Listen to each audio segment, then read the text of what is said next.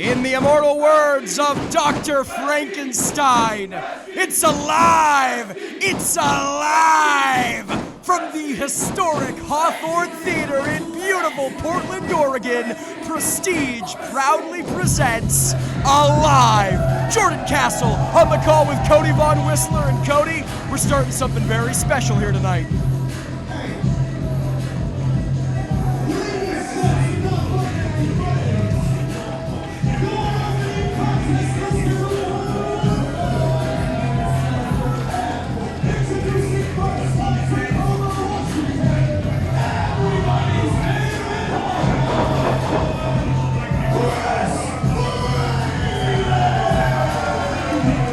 This is the first match, and the energy is insane. Oh, the possibilities. Anything can happen here in Prestige Wrestling. And tonight, it's going to be a little bit of a first time for not one, but two combatants, as Chris Brady will be squaring off in singles action for the first time in a while against a combatant who made his debut a couple months ago, also in tag team action, Drake Kwan. Originally scheduled to team with All City Assault Brigade cohort Ethan HD. Unfortunately, the deck having to be reshuffled here tonight, but talk about making lemonade out of lemons, my friend. Do not give this next man lemons. He's a scary individual. It's almost like the fun was just sucked out of the room. And for a good reason.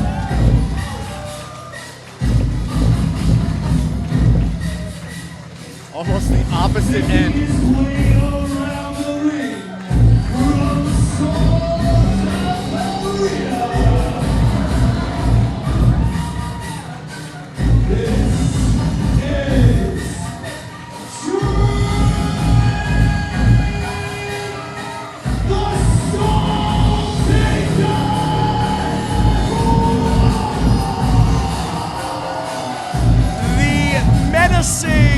Icy glare of Drake Kwan sending chills down the spine of Portland. Sent more than chills down my spine.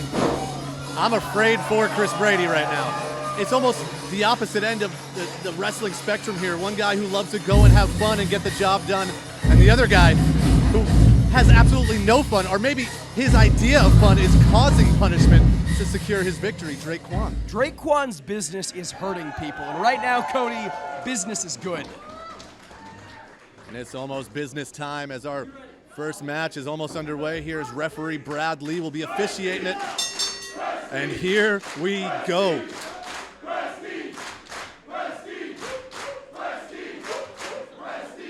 Of course, we first saw Drake Kwan back at night 2 of the Cascadia Wrestling Cup, an 8-person tag team match, including all of the combatants who did not advance from night 1 from the first round. Drake Kwan filling in for the Lucha Ghoul Sonico, nowhere to be seen after his devastating main event loss to one Alan Angels. How apropos, as Sonico will be teaming with C4 in our main event to take on the triad of Angels, Sinner, and Saint. Cody Von Whistler, the more things change, the more they stay the same. Facts, Jordan, facts. And right here, we saw Drake Kwan moments ago using his strength to his advantage and just tossing Brady like it was absolutely nothing. I'm not sure Kwan likes to dance, sending Brady into the turnbuckle with authority. Not looking, I spoke too soon. Brady, once again, he's got to keep the speed up, but maybe spending less time doing that, but who am I to say? Because right now, Brady sidestepped that one. But caught in a hip toss position from Drake Kwan, but reverses into an armbag, into a pinning predicament. Only a 1. Barely a 1 at that. Drop kick from Brady.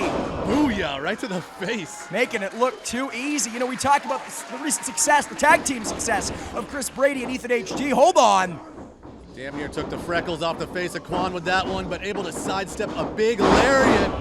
Despite tag team success, victories at Roseland 5, victories at Roseland 6, victories at our last event, Decimate the Week, Chris Brady has yet to pick up a victory by himself against the likes of Flex or Bobby Orlando. He's looking to get the job done on his own, and he might just have done it here. Shoulders down, but only a 1. Maybe a little overzealous to pick up that victory there because he almost rolled Drake Kwan off of both the shoulders there. You saw the referee having to check it there.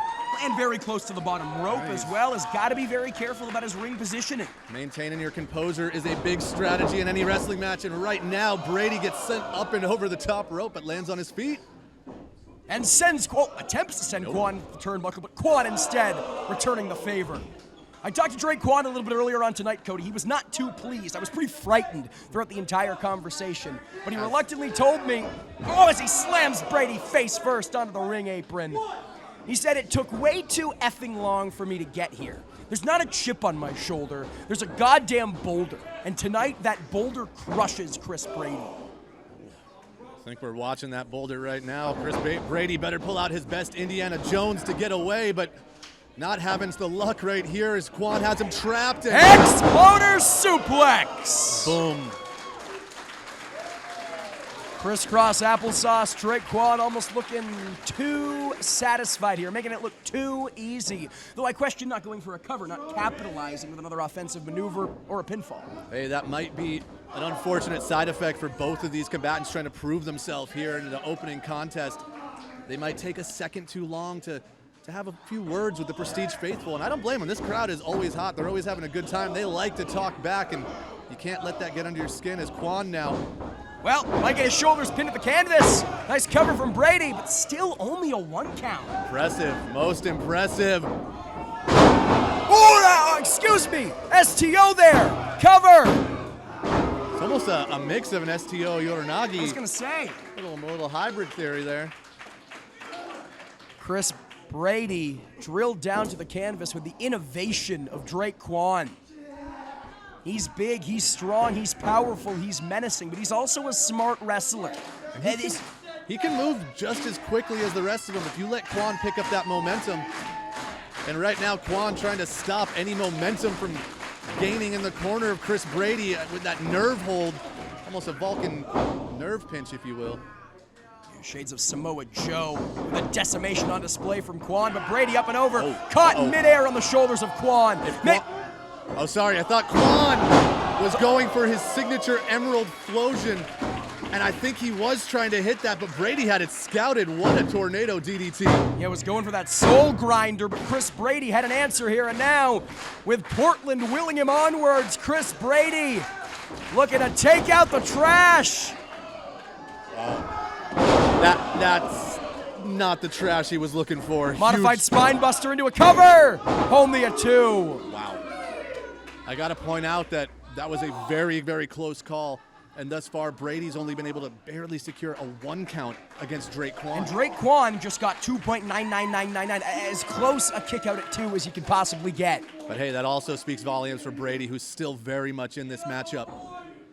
Make no mistake, beyond the dancing, beyond the colorful hair, which I admittedly do miss.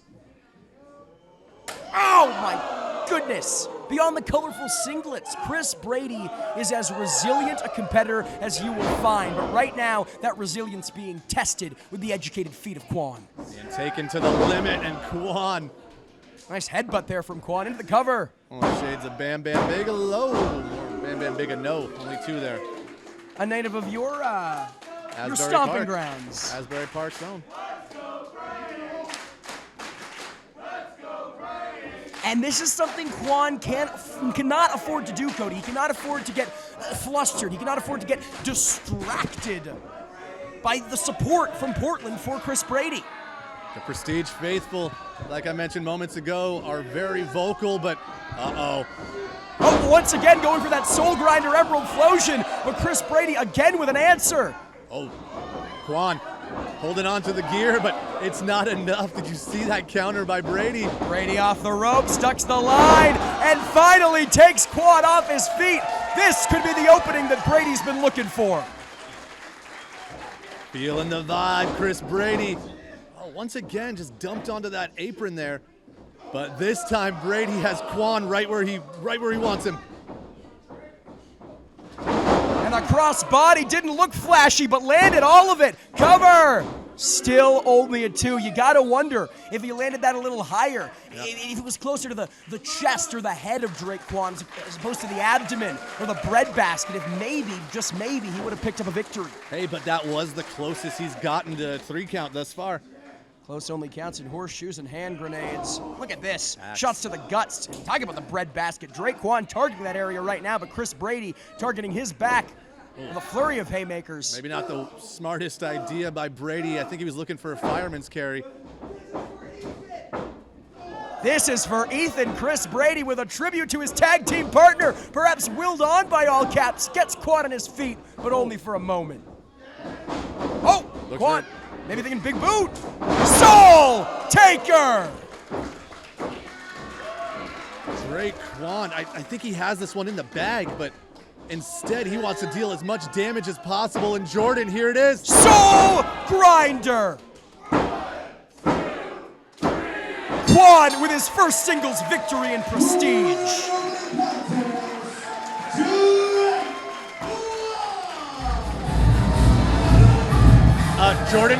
Jordan, what's Drexel doing out here? The devil himself! Draquan, look behind you! Somebody hide Evie. Oh my God! Somebody make sure Evie's safe right now. Oh. To the head of Quan! Cracking him upside the skull! Quan ate that first chair shot like it was nothing, but not so much with that second one. Now Cody, Drexel. After his actions, oh my God! After his actions on our last event, Decimate the Week, pile driving ring announcer Evie Kiyoshi, Drexel is effectively suspended from Prestige. He is not a part of tonight's festivities, but clearly taking issue with that, creaming Chris Brady. Not a part of tonight's festivities. Tell that to Chris Brady's face. No! Again, the pile driver! Get some help out here, please. This man is absolutely unhinged. I don't know who has the guts to come out here and stop this. And these fans love it. Bloodthirsty crowd here tonight in Portland. Again, we saw it, Cody. Drexel taking clear issue with losing that four-way Monsters Ball match, effectively losing his title as King of Northwest Hardcore. Talk about chip on your shoulder, boulder on your shoulder. Never more apparent than with Drexel here. More like thumbtacks in his shoulder. I think they're permanently stuck there. Well, Cody, we cannot let that frightening interference from the devil himself falter us, because shake it off. We still have so much great action on tap. Keeping things going with tag team action up next between two of the hottest, fastest rising, and two of the newest teams in the Prestige Pantheon. Crowd is nuts. I love it. Almost as nuts as Drexel. They're nuts for Drexel. Perhaps that's why they get along so well. Evie, rightfully so, looking worried as heck, and I do not blame him. As you mentioned, last time he was out here with Drexel. Protect Evie at all costs. He's a national treasure.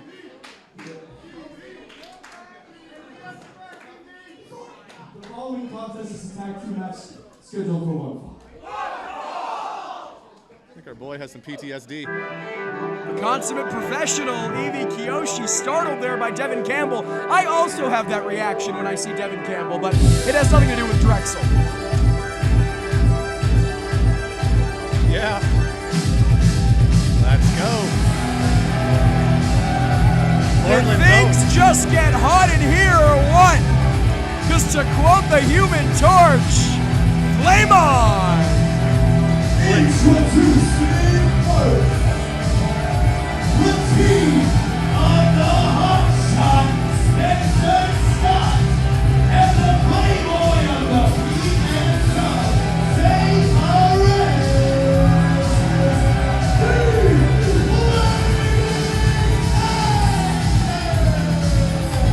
Great reaction for my dudes in the Flaming Aces. That's Hot Shot Spencer Scott, rocking the red hair. I'm part ginger as well, so I might be a little biased. And then there's the Playboy Zay Perez. This team has had one hell of a debut year.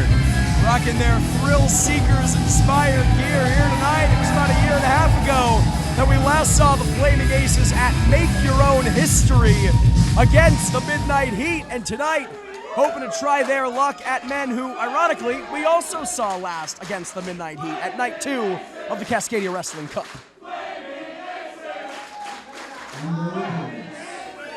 Hawthorne Theater loves the Aces.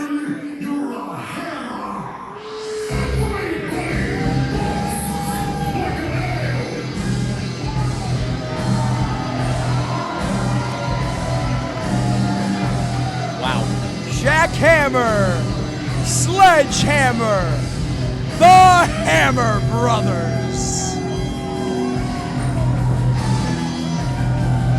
Making their way into the ring. This is Jack and Sledge, the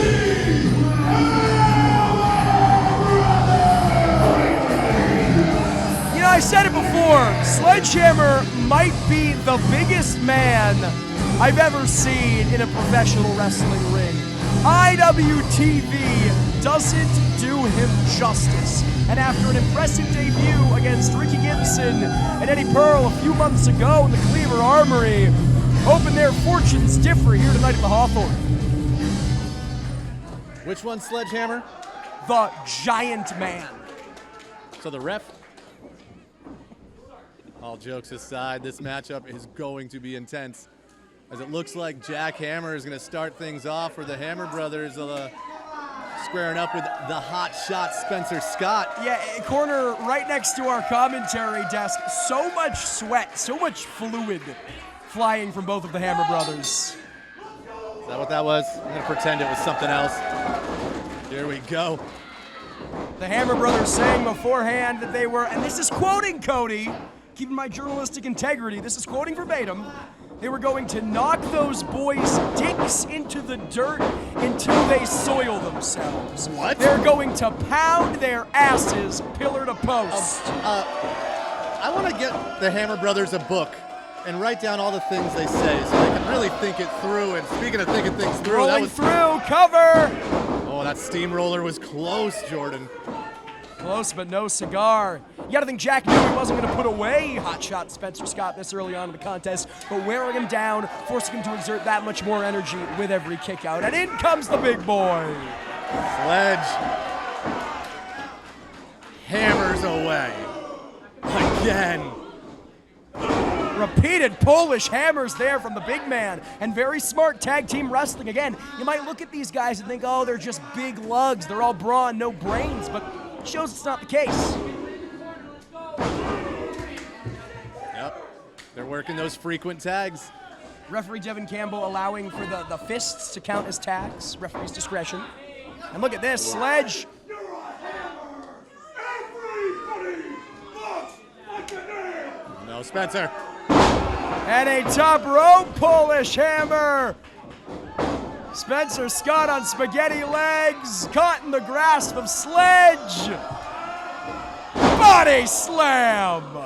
Ouch. Spencer Scott's got to tag out here right now. The Hammer Brothers working the frequent tags and to the. Oh no. It's wheelbarrow time, Cody Von Whistler. I don't know if this double team's OSHA approved.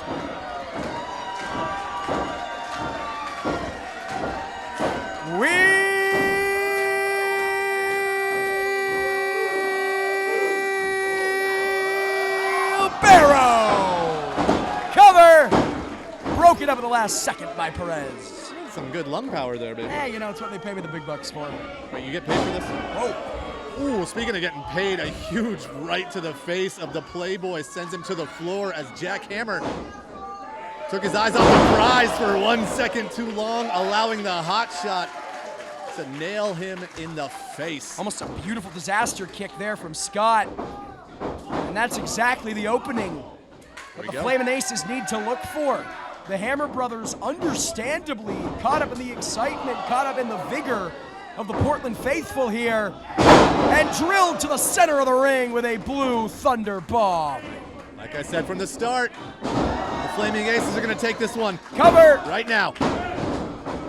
Next one. Next pinfall. I talked to Zay Perez a little bit earlier on tonight. I said there are some clear differences between you and Spencer Scott when it comes to your personalities outside the ring. Hell, even in the ring. What brings you together as a tag team? What leads to this great tag team chemistry that we see? And he told me it is a common dream.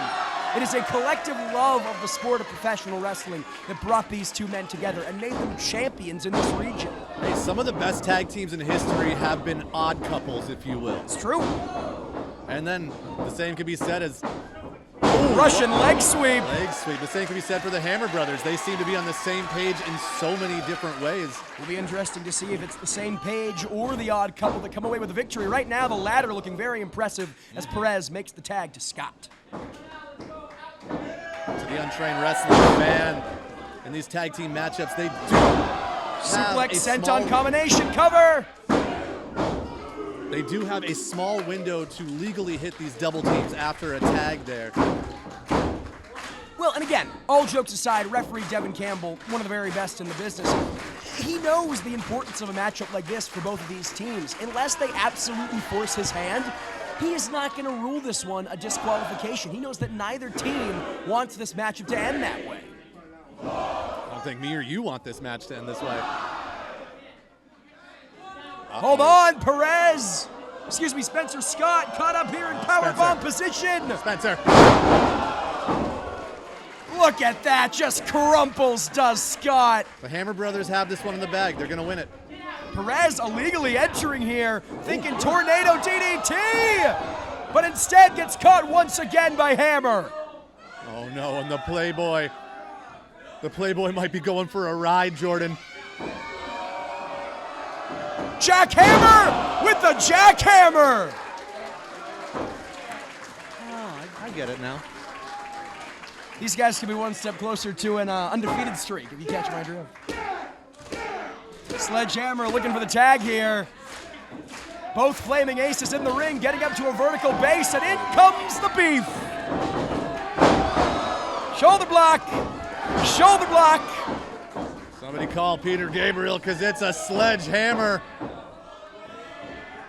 Just dump Scott down. Oh my God. A wasteland slam. Into a boss man slam. Did you see the way that Perez was flattened there, Cody?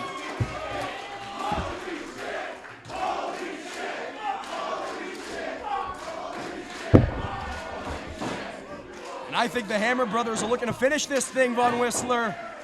I think the writing's on the wall. I think the Playboy might be done for as the Hammer Brothers are calling for it, Jordan. I think the Hot Shot might be done for. Oh, come on, Spencer. Thinking Diesel Hammer pile driver, the most dangerous pile driver in the pile driver family here. No, say Perez saving his partner. Back in this one. Stereo super kick. Perez coming in clutch. One for Sledge. And look at this. Both men clubbing at the back of Sledge, and still not enough to take the big man off his feet. Nope. Pops him up into a cutter. Wow. Keep your eyes on Scott. Lion Soul to the legs of Sledge. Talk about a big man. He's going to take his base out there. Oh no, Jack. Pump handle. Pump handle into the over the shoulder. Oh, wait. And my, how quickly the tide can turn. Thinking wheelbarrow. Once again, wheelbarrow. Oh, we're going for a wheelbarrow cutter there. Maybe didn't get all of it.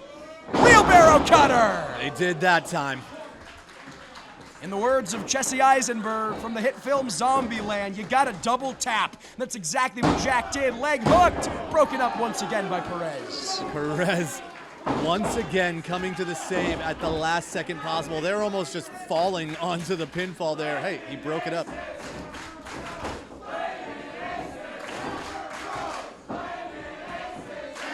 Well, and Cody, you have to wonder if Jack Hammer had hit that assisted wheelbarrow cutter the first time and didn't have to double tap, Perez would have been able to make it in on time. Woulda, shoulda, coulda. Spencer Scott Ouch. leveled with a boot from Hammer, and Sledge Oh boy. catches him. Diesel Hammer pile driver. Boom. Wow. Here are your winners, Jack and Sledge, the Hammer Brothers. I don't know if they soiled themselves. I don't know if their dicks were knocked into dirt. But suffice it to say, the Hammer Bros pounding ass pillar to post and picking up their first victory here in Prestige. I'm just quoting them, Cody. Sure, whatever. I'm not trying to be gross here, man.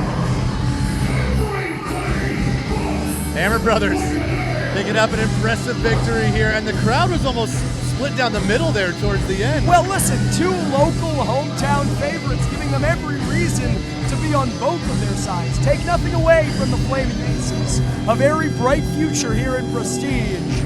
But it is the Hammer Brothers punching up the victory.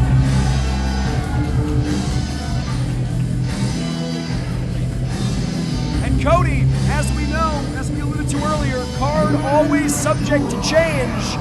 Jordan Cruz originally scheduled to go head-to-head with Sebastian Wolf. Wolf unfortunately unable to make it this evening, so reshuffling the deck, Jaden pulled for his scheduled three-way dance with Evan Rivers and Randy Myers, instead stepping up to the plate against Cruz. Ooh, that's got to be a little bit of a disadvantage for both of those combatants because they were not expecting to face each other here tonight, so they have to adjust on the fly, and we're going to see who's able to do it first and best. Oh, look at Evie. What a gentleman. He is a national treasure. And they say chivalry's dead. The following contest is scheduled for one fall. Introducing first. On the opening weekend of Marvel Studios' The Marvels, Carol Danvers, Monica Rambeau, and Kamala Khan got nothing on this man, our cerulean star.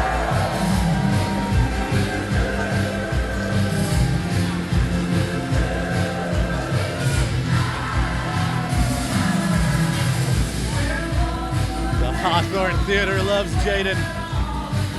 From the City, where he is the savior. He's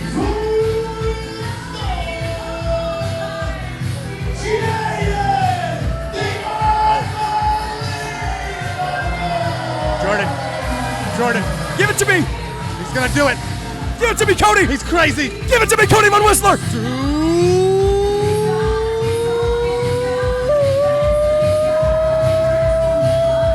The hero landing. How is it on the knees? Terrible. You know, I'm having flashbacks to back at Talk is Cheap, one of our previous endeavors here at the Hawthorne Theater, when Jaden the Unbelievable picked up one of the biggest wins in his Prestige career against former tag team partner and best friend, Diablo Sauce, Alex Zane. That was an amazing contest right here in this room. We got to see Jaden make history, if you will, by finally securing that victory. Let's see if he can keep that momentum going.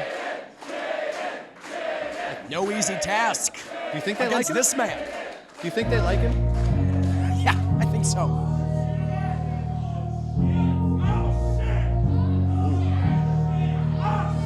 Now this guy's a vibe. For the first time ever in Portland, Oregon, Jordan Cruz has arrived.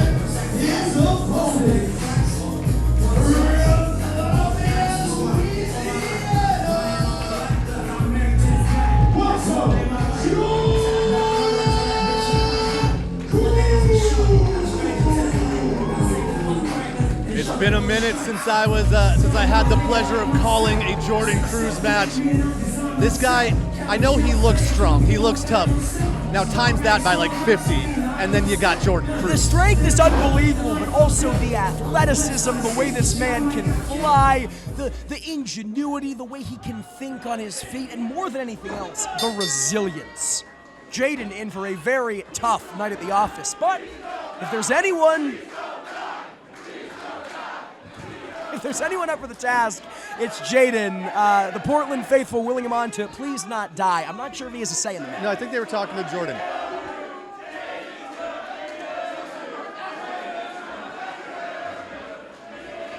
It's a scrappy crowd here tonight. I love it. Oh, a little show of respect. And Cruz adheres, despite the intensity.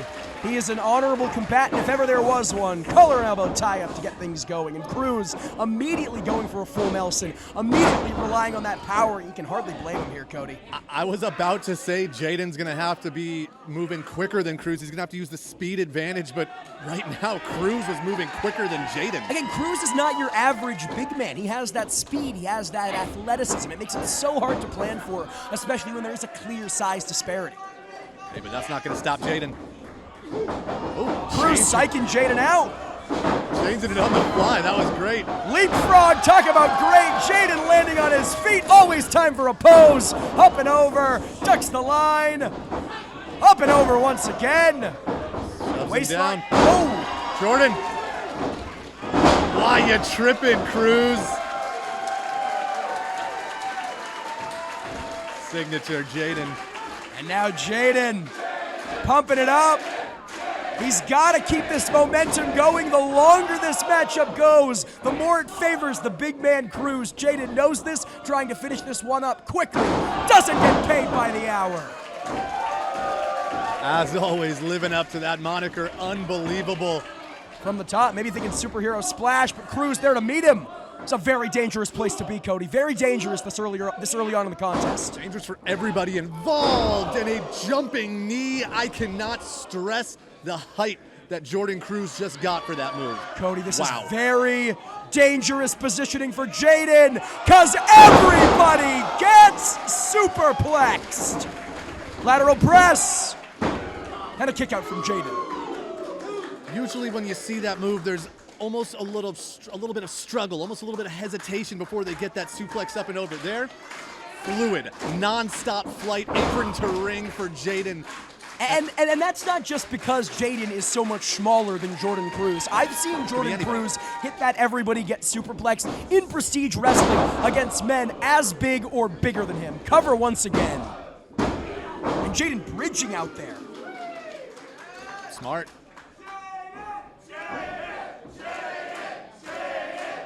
I spoke to it earlier. This is what Cruz has to avoid. The crowd very firmly behind their Rose City savior. It's an inevitability here. It's an adjustment that Cruz has to make. He was heading into this one against Sebastian Wolf. No doubt respected by the Portland faithful, but not beloved in the same way that Jaden is. He has to make that adjustment, has to tune out those chants for his opponent. Gonna be on the receiving end of some more chants here as Jaden, the Prestige faithful, trying to cheer him to his feet, but this cravat is locked in tight. Or is it? Jaden into the ropes. But just leveled with a big knee to the abdomen from Cruz. Knee to the face once again. Cut off at the heels. And a shining wizard. Cover. That's it. No, it is not.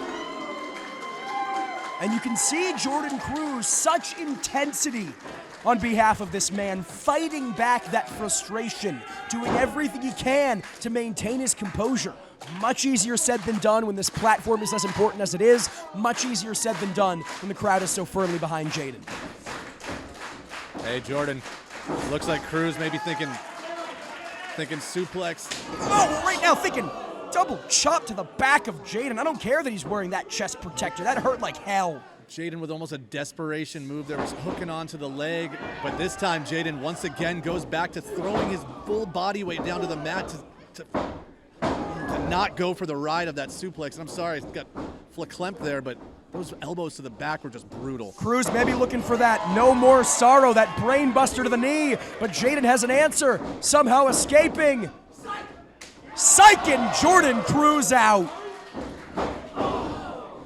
Big knee to the abdomen once again, attempting to drill Jaden into the post, but Jaden up and over lands on the apron. Jaden now rolls up and over and sends Jordan Cruz face first into that middle turnbuckle. How's that for a taste of your own medicine? Code red! Shoulders down! Still not enough. You gotta be careful when Jaden gets the momentum going like that. He can hit a code red from damn near any place in that ring. And off comes the top. You know what that means, Cody. Jaden's getting serious. He's looking to finish this one and finish it quick. It's business time here in the Hawthorne Theater. Jaden maybe thinking unprettier here. trying to roll Cruz over for it, but Jordan Cruz looks like he's one step ahead of Jaden. Oh, was maybe thinking a Sister Abigail of sorts there. Unprettier headlock driver. This is it. Cover. Once again, Cody, it is not.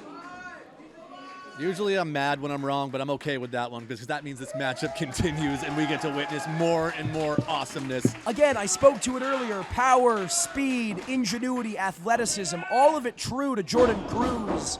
But the thing that sticks out more than anything is his resilience on full display here against Jaden. Looks like the unbelievable Jaden. Right in front of us here, Jaden. Looking to do what he does best. Maybe looking to scale to the top here. Superhero splash, but no water in the pool. Cruz with another huge knee to the face. Oh, went for it one too many times. Jaden had it scouted. Lands on his feet. Superhero landing part 2. Shining Wizard ducked by Jaden. Enziguri kick. And Jaden thinking code red, but this time Cruz had it scouted. Alabama slam variation. Rolling through, I thought he was going for a jackknife cover, but instead, fireman's carry. Air raid crash. Into the corner, Jaden's done. Leg hooked. Jaden is not done, Cody. And look at Cruz in the face of our official here. I'm not sure if our cameras caught it, but a portrait of intensity. Hey, referee Bradley is as close to the action as you can get without taking a body slam, so I'll take his word for it. And I think Jordan Cruz is as close as he can get without snapping on our official here. Again, you can feel that fight, you can feel that restraint against every instinct, every fiber of his being. A kryptonite-esque chop to the Rose City Savior, and I think Jaden, he's got to be done. Once again, I am wrong, and I absolutely love it. Jaden still fighting back, but look at Cruz adjusting at the last second here. Jaden with the cover. Cruz escapes. Cruz realized that Jaden was wriggling free, opted instead to hit that Death Valley driver on the top turnbuckle, and now Jaden landing on his feet again. Another huge kick to the face of Cruz. Jaden maybe thinking sliced bread. No numero dos today. Sliced bread, number no. Flatliner. This has got to be it. And this time I am wrong, Cody Von Whistler. What a match! Feels good, doesn't it? Wow.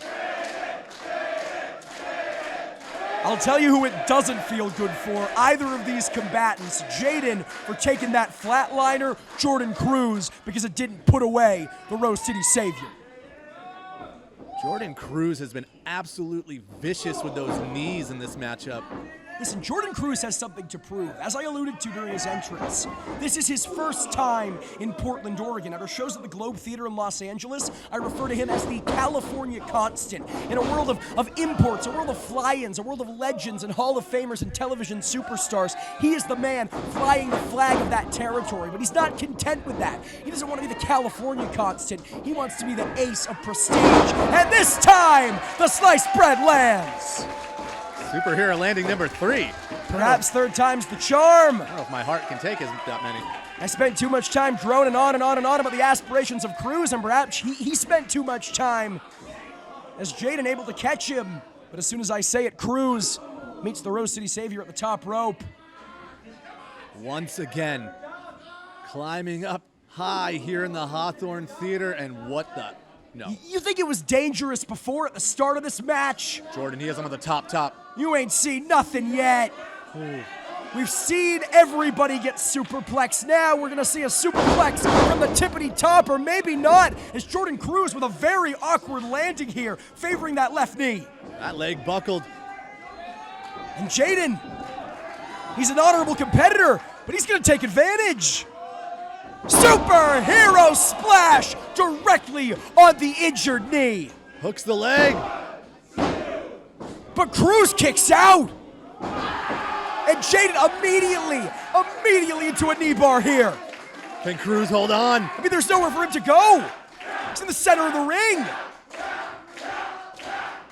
saw that landing, Cody. He's got no choice. Still got another leg, though. Doing everything he can to free himself, and indeed he does, if only for the moment. But, I mean, Cruz has a clipped wing here, Cody. It's as simple as that. He can't stand on both feet. But he can German suplex on one. He can't even German suplex on two. And there, another display of the vicious knees as Jordan Cruz. Speaking of vicious knees, no more sorrow, but he hit it on the injured knee. It's pure instinct from Jordan Cruz. It's a game-ending maneuver for him, but wasn't able to make that adjustment at the last second. And it made it so he wasn't able to go for the cover.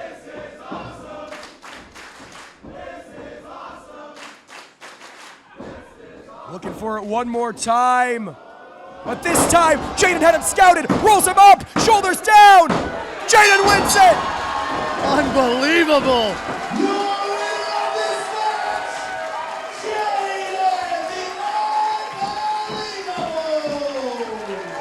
What a match. We are only 3 in and the damn show may have been stolen. Another huge victory for Jaden and the Hawthorne. Jaden using his entire body weight for that pinfall. Almost doing a handstand. Superhero isn't just a fancy title. It is the credo of this man. He lives and breathes that mentality. And look at Jaden, some much-deserved respect for Jordan Cruz. Certainly not the victory, the result that Cruz wanted, I should say, but so impressive in defeat. If I were a betting man, I'd say we have not seen the last of Jordan Cruz here in Portland for Prestige Wrestling.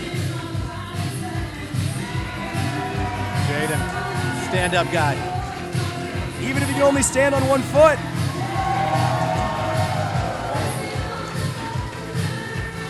Jordan Cruz, come on! That's one way to make an impact. Cruz. Talk about a sore loser! No more sorrow, and the only sorrow is from all of these people, all of us here at Prestige Wrestling who thought Cruz was better than this. There will be sorrow no more. No more Mr. Nice Guy.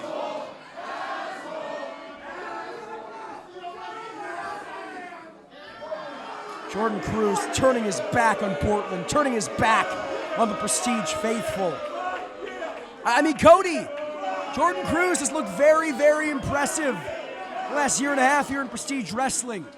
He has not picked up consistent wins, and I think that finally got to him. Hey, he maybe didn't pick up the W, but from where I'm standing, it looks like he is very impressive and maybe just put everyone in the Portland area on notice. Well, despite what the picture tells you, Jaden, your victor here tonight. An unbelievable performance from the unbelievable.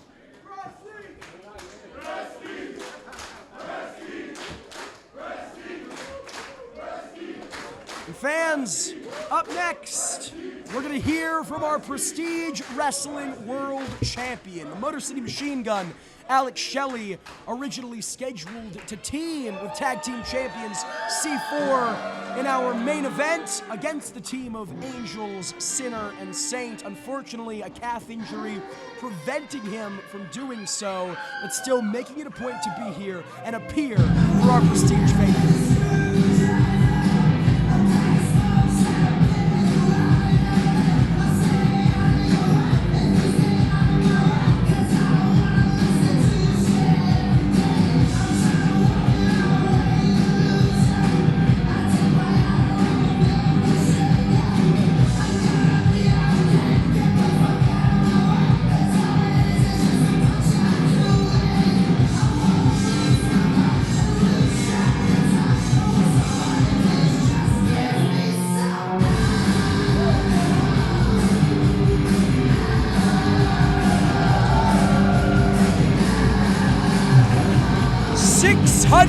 111 days at time of recording.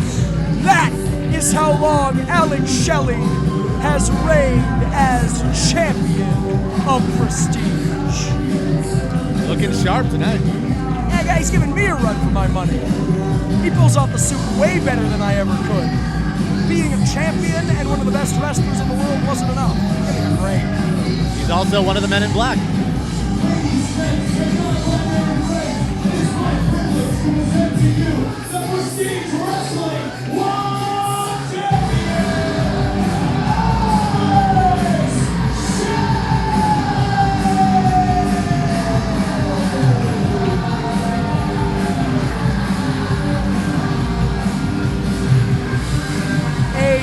Trailblazer of independent professional wrestling has aged like fine wine.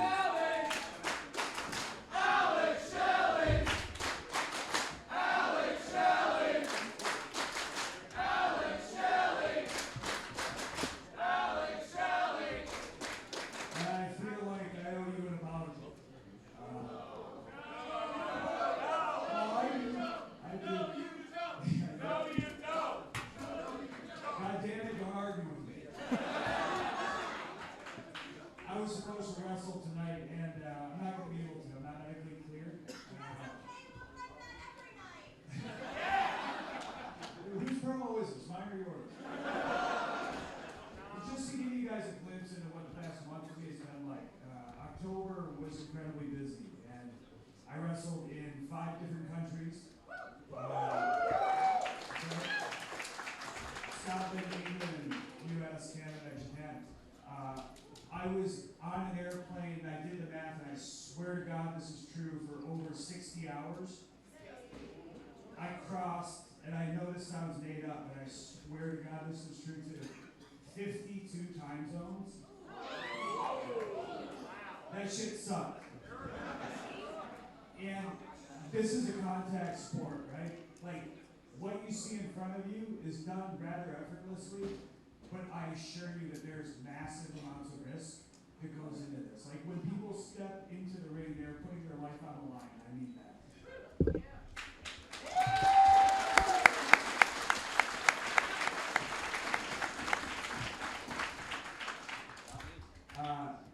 So I suffered a grade 2 gastrate, and that's not the end of the world, but I need to give that about 3 to 6 weeks to heal, and I'm on week 2. That's going to prevent me from wrestling tonight, and that breaks my fucking heart because I love Portland.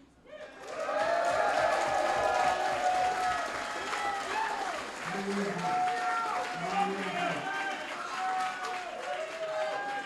I really do. When I first debuted for Prestige, okay, it was the spring of 2022, and I wasn't a world champion. I wasn't under a contract. The reason I was able to achieve those things is because of Prestige. It's because of the Prestige fans and it's because of those.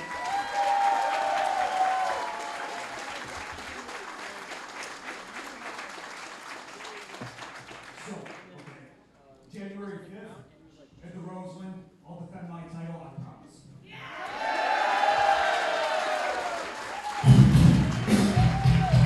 Oh my God. Really? This is what we're doing.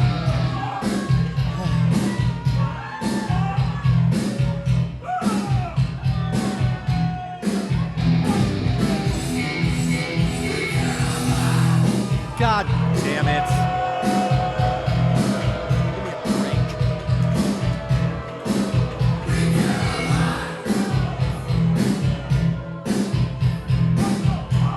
Well, that is the self-proclaimed frontman of Prestige Wrestling, Alan Angels, who will be competing in our main event alongside Sinner and Saint, Juicy Chris, and Travis Williams against C420, old rival Sonico, and Prestige Wrestling Tag Team Champions, Guillermo Rosas and Cody Chun. But originally, Angels scheduled to compete against Chun, Rosas, and Shelley. So you gotta think his entrance here has something to do with that. But I mean,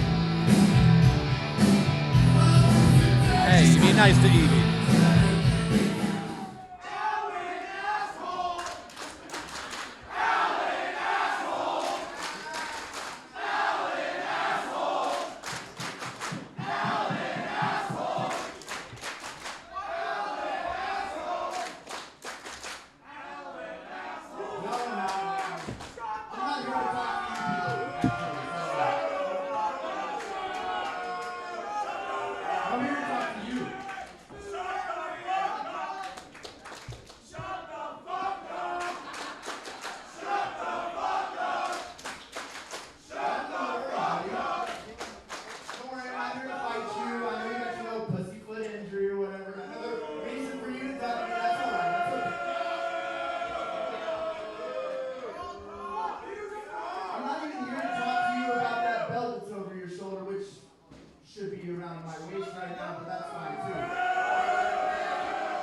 lost your match against him at Hybrid Moments. Because, I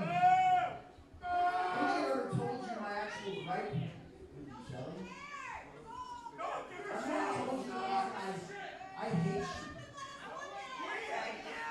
You see, it's you. You guys like you, veterans of professional wrestling that are ruining pro wrestling day by day. I grew up idolizing you. You, Chris Sabin, the Motor City Machine Guns, one of the best tag teams of a generation. And you're still here. Motor City! Motor City! Motor City! Why are you still here? Don't you remember when it was like to be 25 and hungry, watching all these old guys take your spot, steal your spotlight? That's you now, buddy. That's you. And you're taking away the spotlight of guys like Judas Ingris, like Travis Williams, like Alan Angels.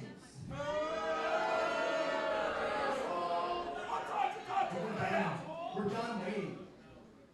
We're done waiting for people to give us our flowers. We're done. And we're going to take our flowers while we're still young, buddy.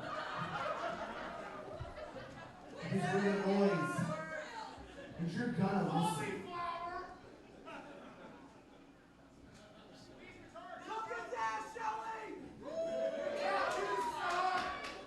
I'm not going to kick your ass. I'm not wrestling. I'm not risking further injury on behalf of you. I think what's really frustrating, to me at least, is you do work incredibly hard. Like, in front of the Prestige fans, you've busted your ass. And I think if they're being honest, and I'm being honest too, we can say that you're extremely talented. We can say that you kill yourself for this company. Honestly, he knows.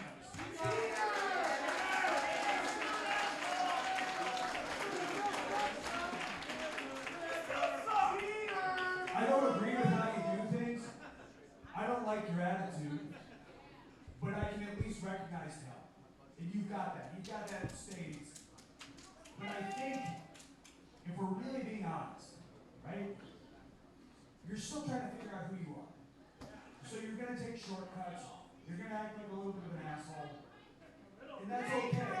Because honestly, when I was your age, I acted like a little bit of an asshole too. And it served me well. There's something to that. But what you have to ask yourself, like here, honestly, Alan, is why you're such a bitch. Slap to the face. I will wrap this belt right around your goddamn head. You stupid piece of shit.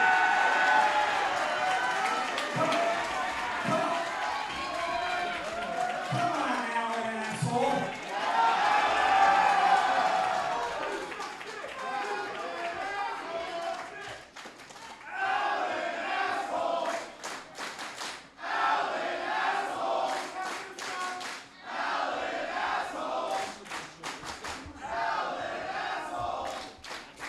You better hold on to that belt real fucking tight. You ain't gonna have it much longer. We'll see what happens on January 5th, but until then, I'm the fucking king of the independents. I get the fuck out of my way. Well, Alan Angels has a main event to look forward to here tonight against C420. But the gambit has been laid down, Cody Von Whistler.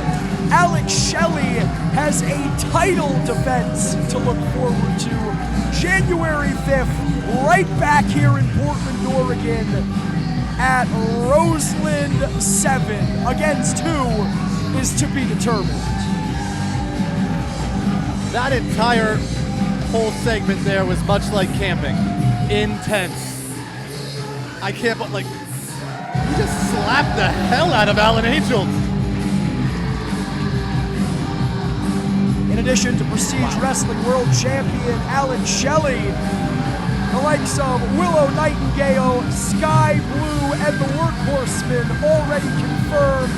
Timothy Thatcher taking on the walking weapon, Josh Alexander, and Ray Phoenix taking on Samurai Del Sol. We haven't even gotten started, Cody.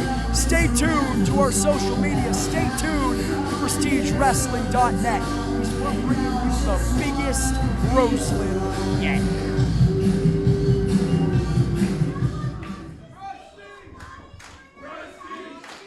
Once again, look at Evie. He's a sweetheart. Before we can get to Roseland 7, January 5th, back here in Portland. We still have so much more great action here tonight.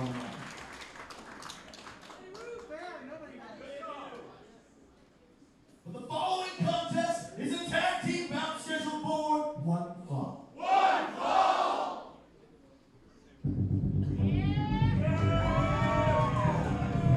You know, Cody Von Whistler, every match on tonight's card excites me. Make no mistake about it.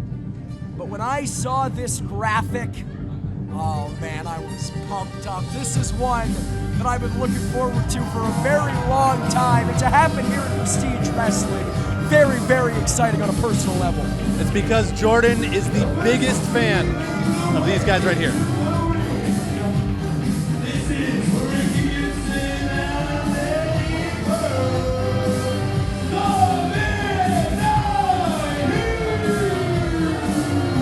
Sit down, Jordan, sit down and relax. You gotta let the fans cheer. You need to relax. You know, Cody, you've said a lot of unsavory things of commentary over the years. That might be the most foul one yet, implying I'm a fan of Ricky Gibson and Eddie Pearl, the former Prestige Wrestling Tag Team Champions. It's frankly sickening. It makes me sick to my stomach. Uh-oh.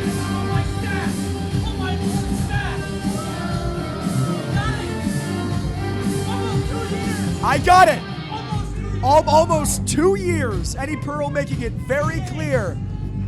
2 days for Ricky Gibson. What are they talking about?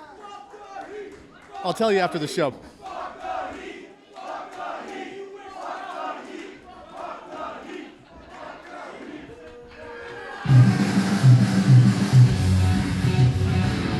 No, Cody, this is the reason that I was looking forward to this matchup. The prestige debut of Brendan and Danny, the Brothers Divine. There's my...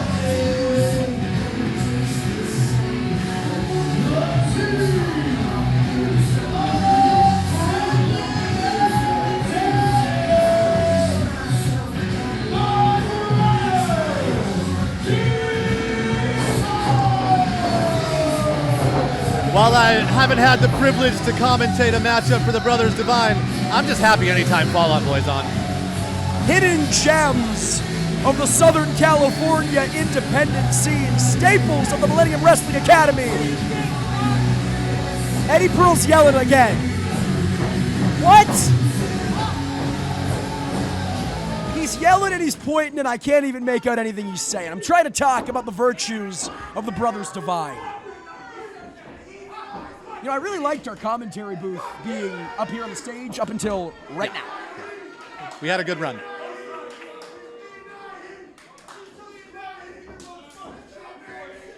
That is Brendan Divine in the vest, Danny Divine in the tights.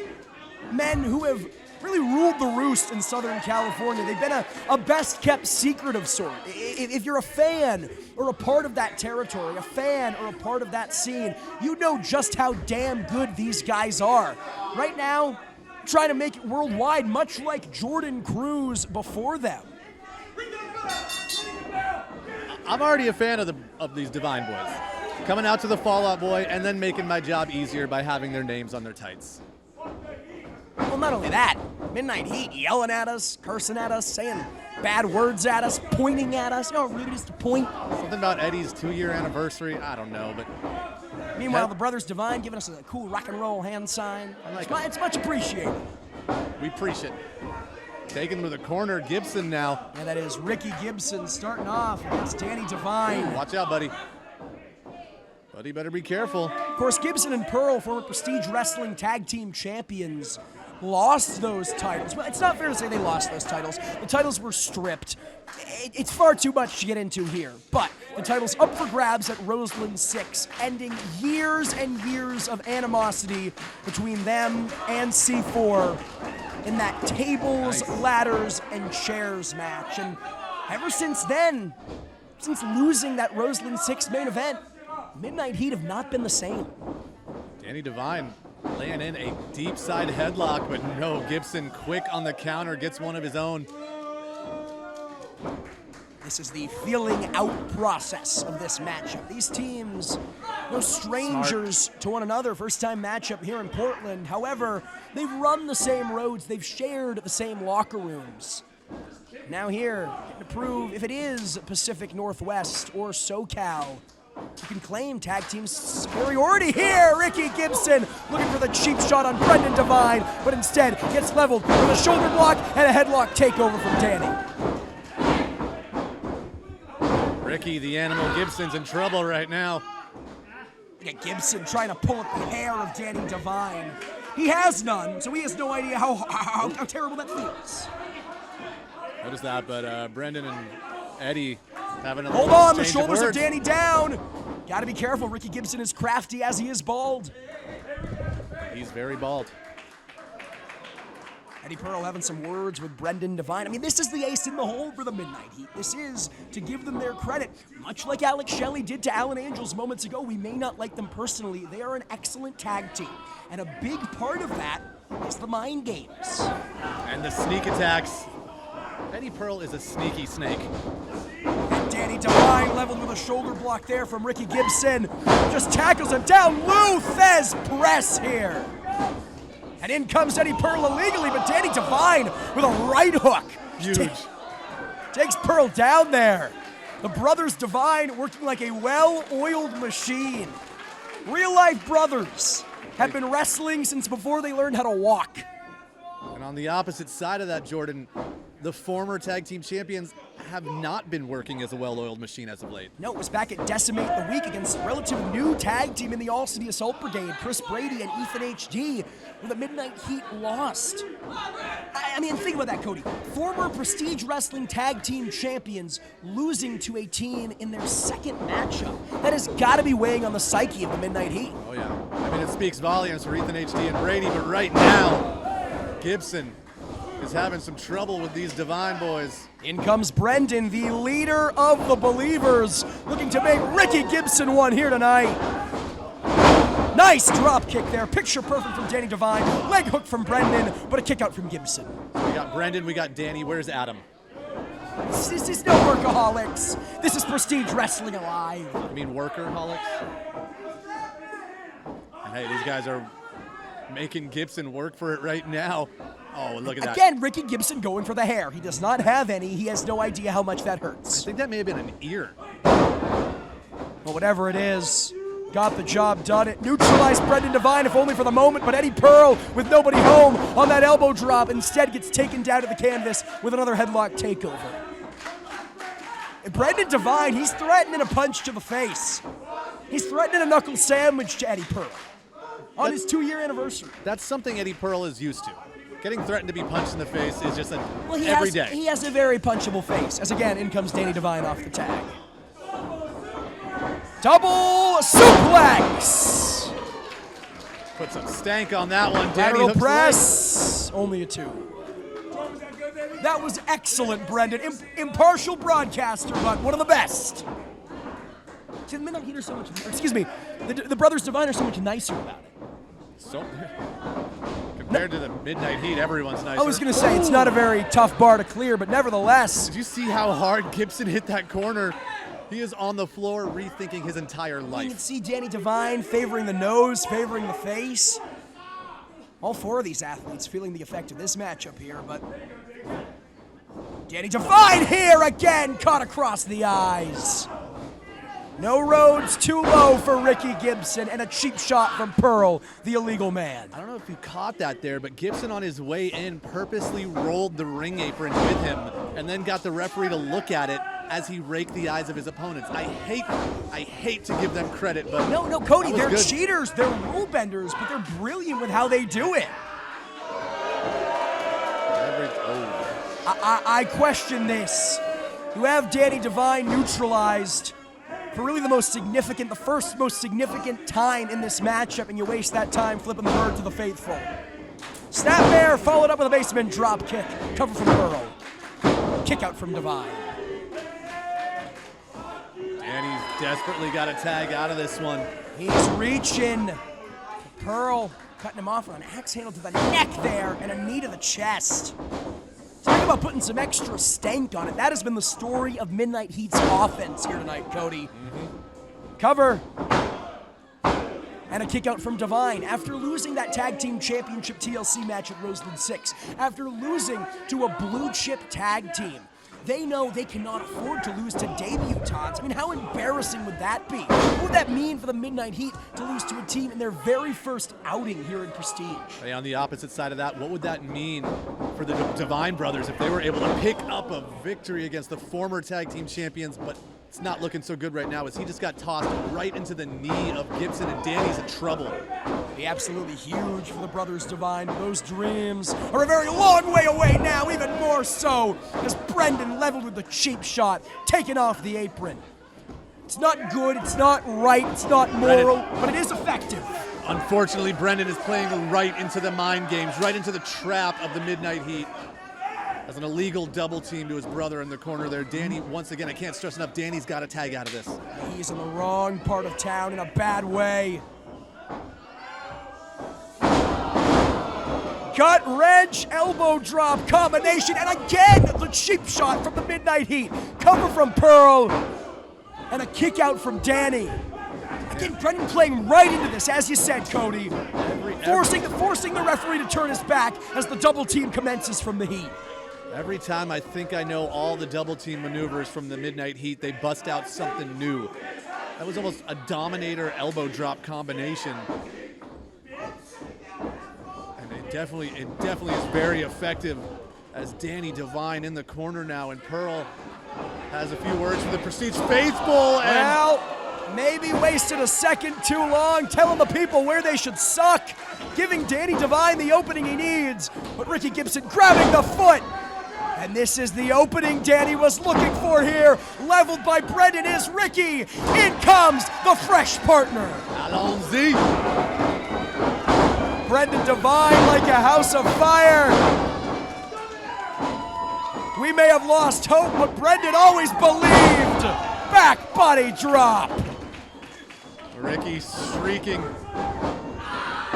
One for Pearl. Pearl does the same. Right now, Brennan. Oh, look at that. Gibson's momentum sent Pearl into the waiting arms of Brendan Devine, planting him into the canvas. Very impressive body slam there. And he's not done. Nope. Oh, the brothers Devine. Divine intervention. This could be all she wrote for the Midnight Heat. I'm a believer. Oh, but Ricky Gibson is not.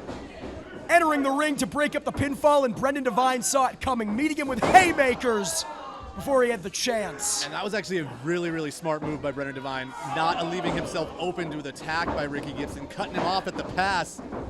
Incredibly smart wrestling from Brendan Devine, but it seems like the numbers game. Catch it up to him here. What the? Cover! No. Oh, man. Damn it. Winners of this match, the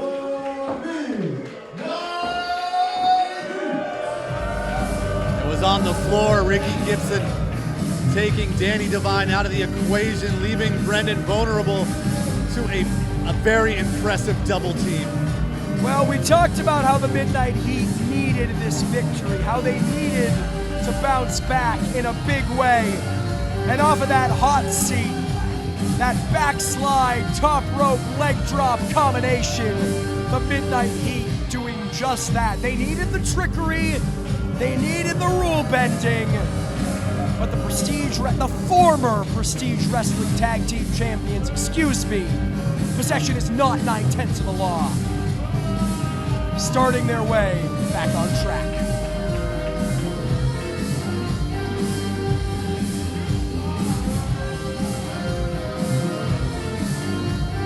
Not the outcome you and me and a lot of the Prestige faithful were hoping for.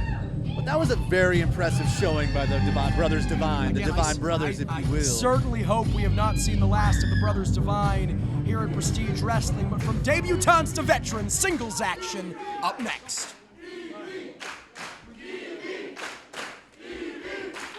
National Treasure. Aw, shucks. Can't stress enough. National Treasure. So much so that poor Evie has to constantly look over his shoulder for Nicolas Cage trying to steal him. Poor guy.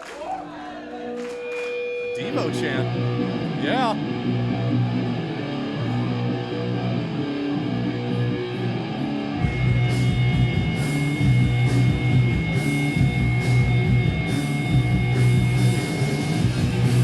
You know, Cody, Prestige has been privy to some of the very best technical wrestlers in the world, from Jonathan Gresham to Lee Moriarty.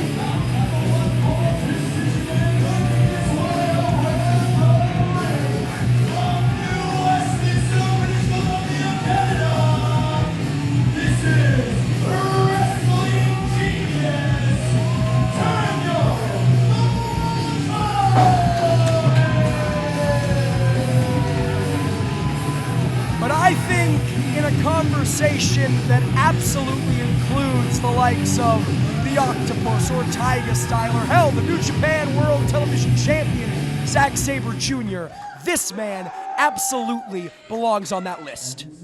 Facts. I've had the pleasure of calling many of Daniel Makabe matches throughout the year, seeing him progress along this path of awesomeness. But speaking of awesomeness, Maron. Yeah, Cody, it's time to lay out. Dean Martin's playing, baby.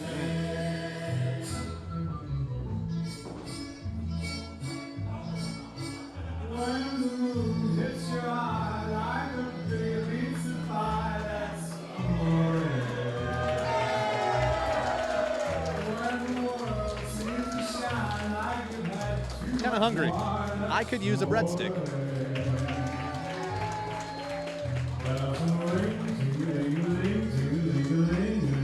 Very thoughtful individual, Miss Vinny. You think back to the respect issue, the battle between Filthy Tom Lawler and Vinny Massaro. Roses versus breadsticks.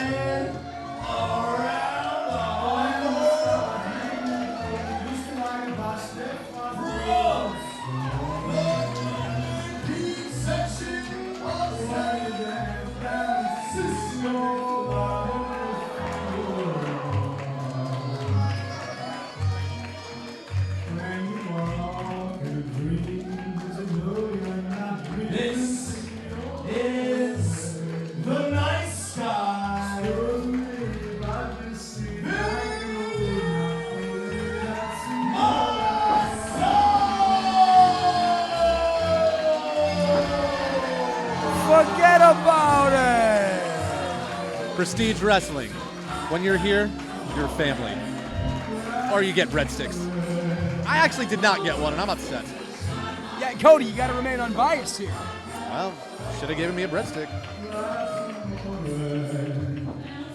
Listen, Dean Martin, hold on. I was say, all wacky antics aside, Daniel Makabe does not look very impressed with any of this. Yeah, and likewise, you read my mind. Dean Martin and breadsticks aside, Vinny Massaro is as tough and hard-hitting a professional wrestler as you'll find. We saw that against Filthy Tom Lawler. We've seen it against the likes of Calvin Tankman, Anthony Green, Juicy Finau, MV Young, Drexel, of course, Robert Martyr, who we miss very dearly. God damn you, Wrestling Revolver. But I think it's been fair to say that Massaro, at our forays into the Globe Theater, Nervous Breakdown, Black Sunshine, the respect issue, is on a bit of a losing streak as of late, and hoping to change that tonight against the master of the Makabe Lock. It's easier said than done. As you mentioned during his entrance, Daniel Makabe, one of the best technical wrestlers on the scene today, Vinny chopping away like it absolutely is nothing. Looking for that big unit punch early on. No. Vinny Massaro perhaps looking for the snoring elbow, but both of these men having answers. And a headlock takeover from Daniel Makabe reversed. Easy for me to say. To a stand off. Head scissors from Massaro there. These two men tit for tat. I have seen Daniel Makabe square off against Timothy Thatcher, Jonathan Gresham, some of the best technical wrestlers in the world today, and he can hold his own. Timothy Thatcher, once again, in action against Josh Alexander at Roseland 7, right back here in Portland, Oregon, January 5th. A little bit of a cheap plug there, but nevertheless, Vinny Massaro tweeting out before this matchup saying, haven't wrestled in Portland in a very long time. I used to run that town, and perhaps looking for a rerun of that domination here tonight, but Daniel Makabe not going to give it to him easily. Look at the precision with which Daniel Makabe works, twisting Vinny Massaro into a human pretzel and doing so effortlessly. And right now, Vinny Massaro, was, at least momentarily, was giving Makabe a run for his money with some mat wrestling there. Massaro reaches the bottom rope, forces the break with that foot.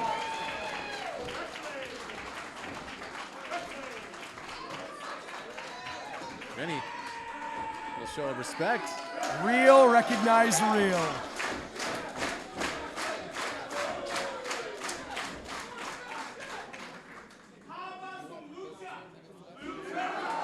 Okay. Why not? Well, listen, Daniel Makabe likens himself a technical wrestling genius, a wrestling genius for all intents and purposes, and is Vinny Massaro going to put that to the test? Talking about Roseland 7, we once again have Ray Phoenix taking on Samurai Del Sol January 5th here in Portland, Oregon at the Roseland Theater. Perhaps a preview of that here tonight. Ooh. Wrenching that arm in a way it wasn't supposed to go. Makabe knew he had to get out of that predicament, and he did. Sweeps the legs. Ooh. Wow. Hey. You want Lucha, you want to work right, he'll do it. Daniel Makabe may be playing with his food here, and I'm not talking breadsticks, Cody.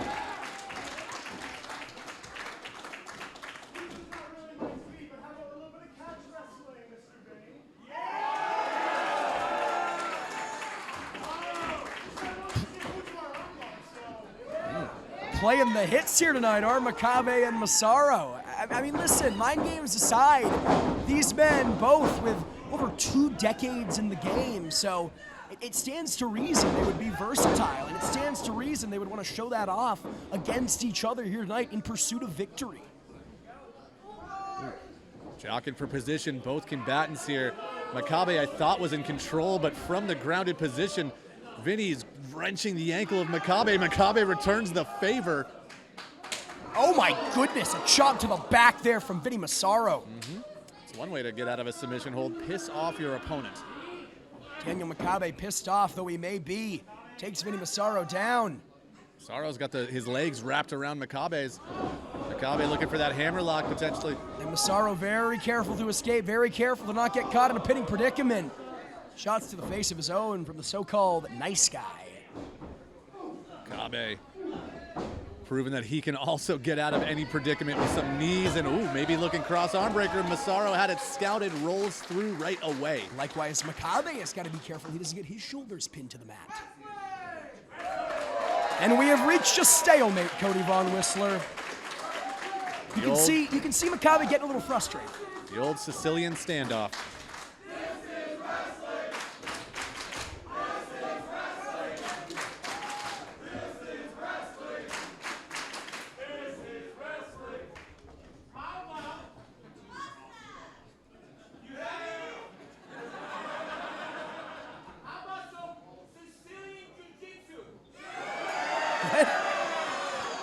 It's a real thing. Don't Google it, it's real. Well, Daniel Makabe seems as flustered as we are. I don't know, Daniel. Well, there's your Sicilian Jiu-Jitsu. European uppercut from Vinny Massaro. I think the handshakes, I think the exhibitions. Hold on here. Vinny Massaro looking for the snoring elbow. But Daniel Makabe had an answer.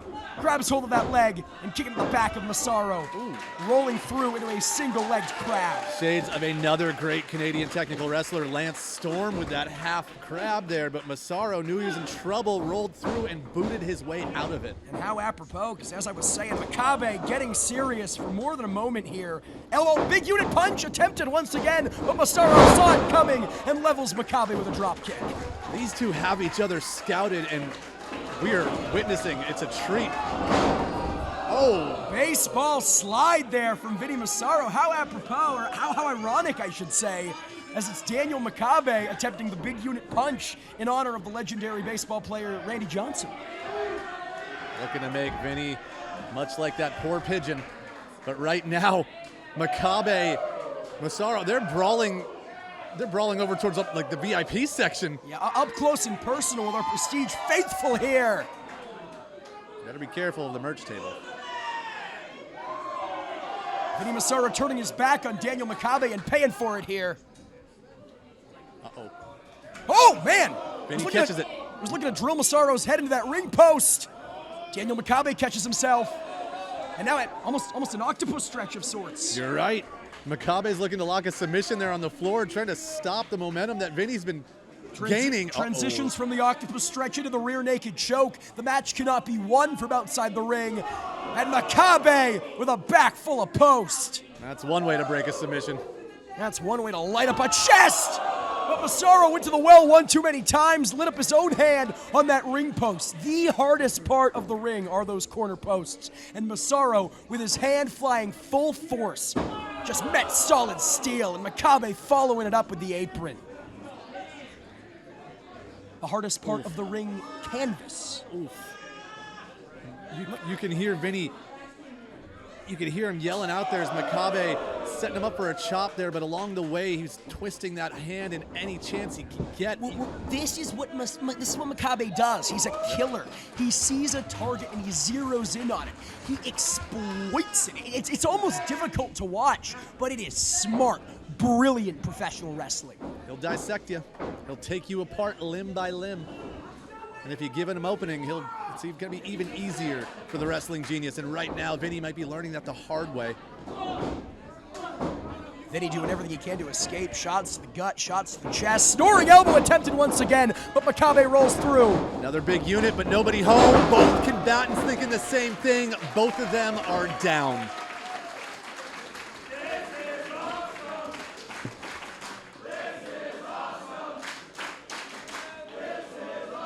Barely moving there. Referee Devin Campbell's checking on both combatants here. You know, Cody, I had a little fun with Daniel Makabe on Twitter before this matchup. I tweeted about the lengthy careers of both of these men. He said, "You're not calling us old, are we?" And I said, "No, never.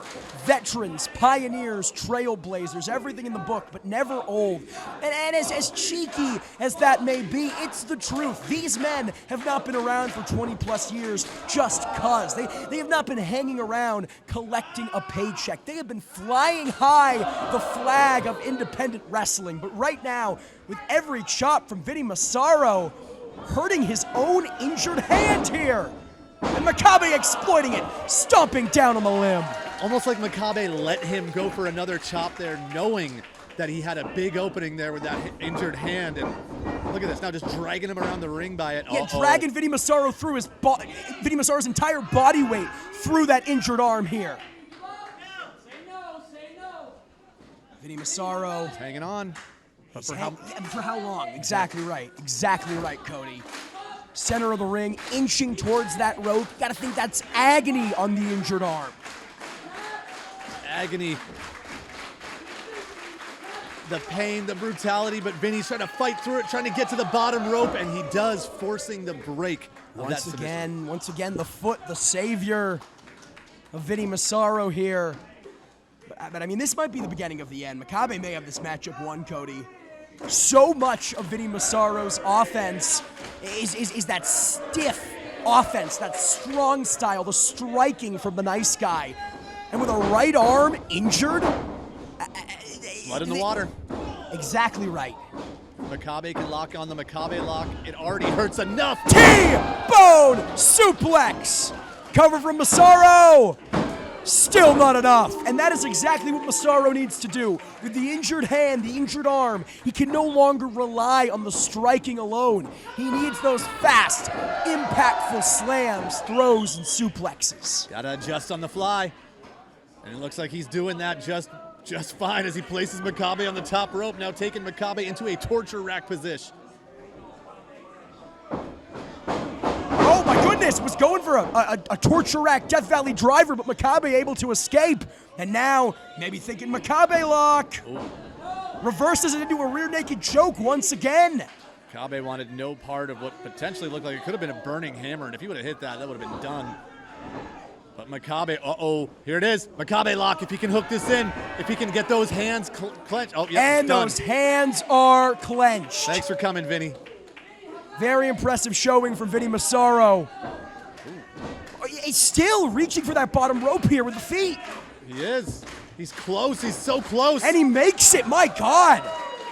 Makabe lock has been broken thanks to that bottom rope. Vinny stays in this matchup for at least a little bit longer. Cody, the Makabe lock pie is a game-ending maneuver. You've called far more Daniel Makabe matches than I. You can attest, and somehow Vinny Massaro, despite that arm being in a world of hurt, despite that hand being in a world of hurt, found a way out, found a reprieve. That Makabe lock is a very vicious maneuver. Cattle mutilation, if you will. Once again, going back towards that injured arm, trying to butterfly, but Vinny maybe just a little too big here. Too strong a base. You're right, Jordan. Vinny trying to spin his way out of it. Makabe looking No, again. big unit punch! STO! And now a Kimura lock here from Vinny Massaro. Vinny flawlessly just flowed right from that STO into the submission here, and Makabe for the first time in a while is in trouble. Makabe now, my how the turntables, gets his foot on the bottom rope. Wow. I gotta say, talk about fortitude. Vinny Massaro coming back from seemingly insurmountable odds, back in control of this one. Wow! Little extra stank from Daniel Makabe. Hit for hit. Again, you can hardly blame Vinny Massaro for maybe a bit of a lighter forearm, as that arm is no doubt still injured here. It's not stopping him now. Snoring elbow, big unit punch! Makabe connects, but Vinny's still on his feet. And Vinny Massaro using Makabe's own momentum against him. I thought he was going for the snoring elbow, but instead softening up Makabe a little bit longer, and it may have cost him. Headbutt, cover. That's it. Still not enough. It is not. Immediately, Makabe transitions into the armbar, but he's got the wrong arm, Cody. He's got the wrong arm. You're right. He just realized that, and he's trying to adjust on the fly now, but Vinny realized it may be a little too late. Luckily didn't get caught in that small package. Snoring elbow. Makabe is out on his feet, down on the mat now. It's over. Wow.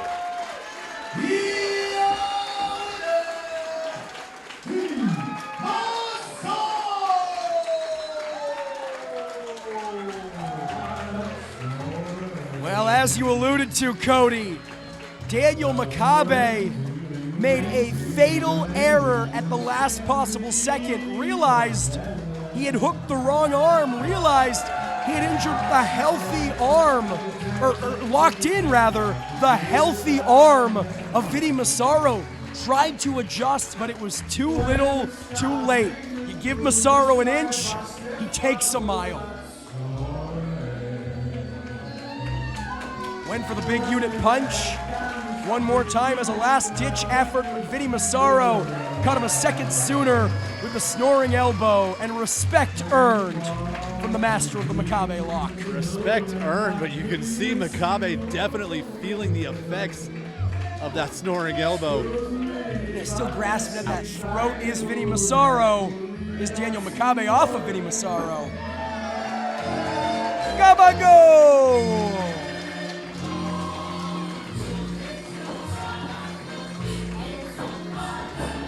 A much-needed victory for Massaro here tonight, but up next, Cody, we roll onwards with Prestige Wrestling's Alive.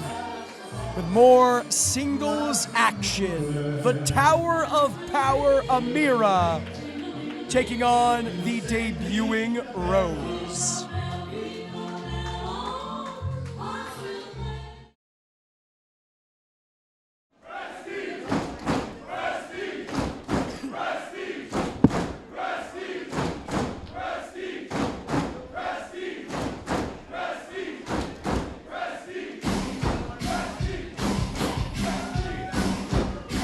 Coming back from intermission, Jordan Castle.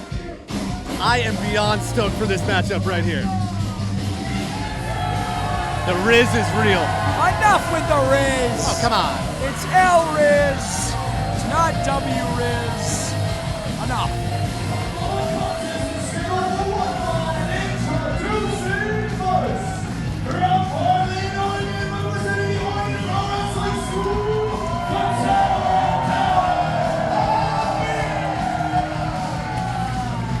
Fresh off a victory over Unagi Sayaka at Decimate the Week, against Saya Brookside at Roseland 6 before that, against Sumi Sakai at Roseland 4. I said it before, I'll say it again.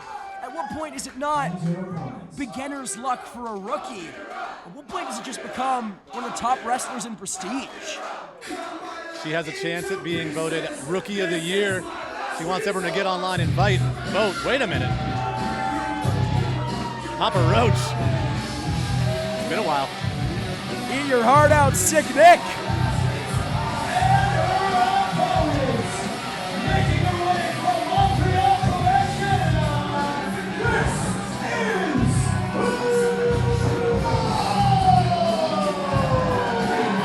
Amira originally scheduled for singles competition against the Rain City Stretcher, Liza Hall. Unfortunately, Liza unable to join us here tonight. Hope to have her back very, very soon. Sending our very best to the Rain City Stretcher.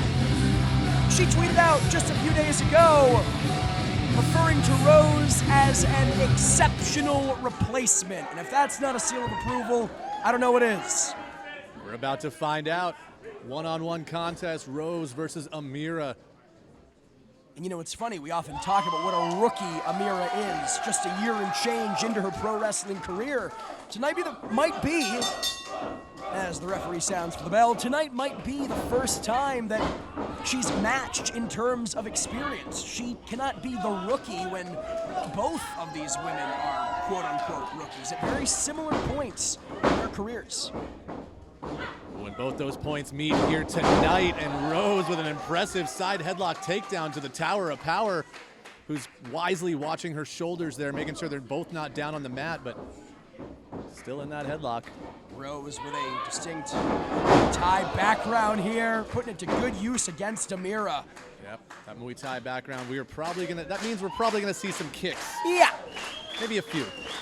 Just a few. But maybe not. If Amira has her way, she will avoid those kicks, but right now Amira is not having any good luck as Rose is just wrenching in that side headlock, a move that won't win a match, but will do damage along the way. Yeah, this matchup might end with a headlock the way this one is going. Amira cannot find her way out of the starting gate.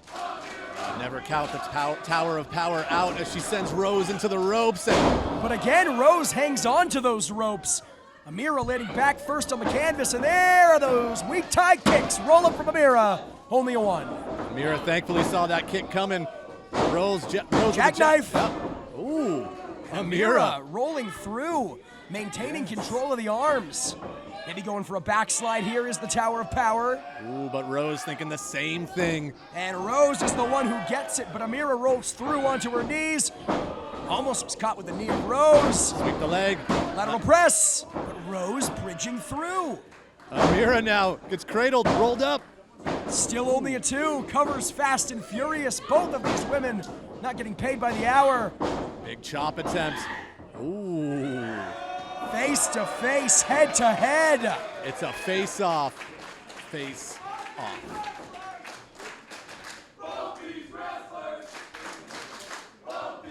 Cooler heads prevailing here.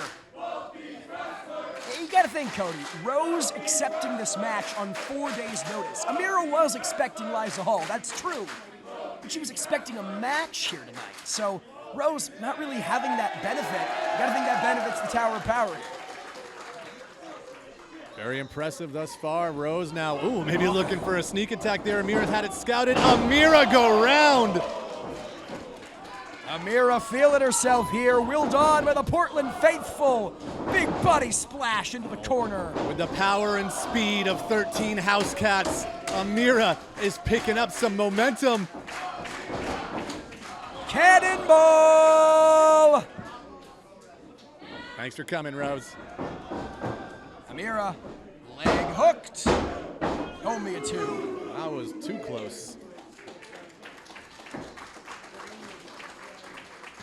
Rose definitely feeling the effects of the Tower of Power right now as Amira picking her opponent back up just to, potentially was trying to slam her back down. Rose had it scouted, some back elbows.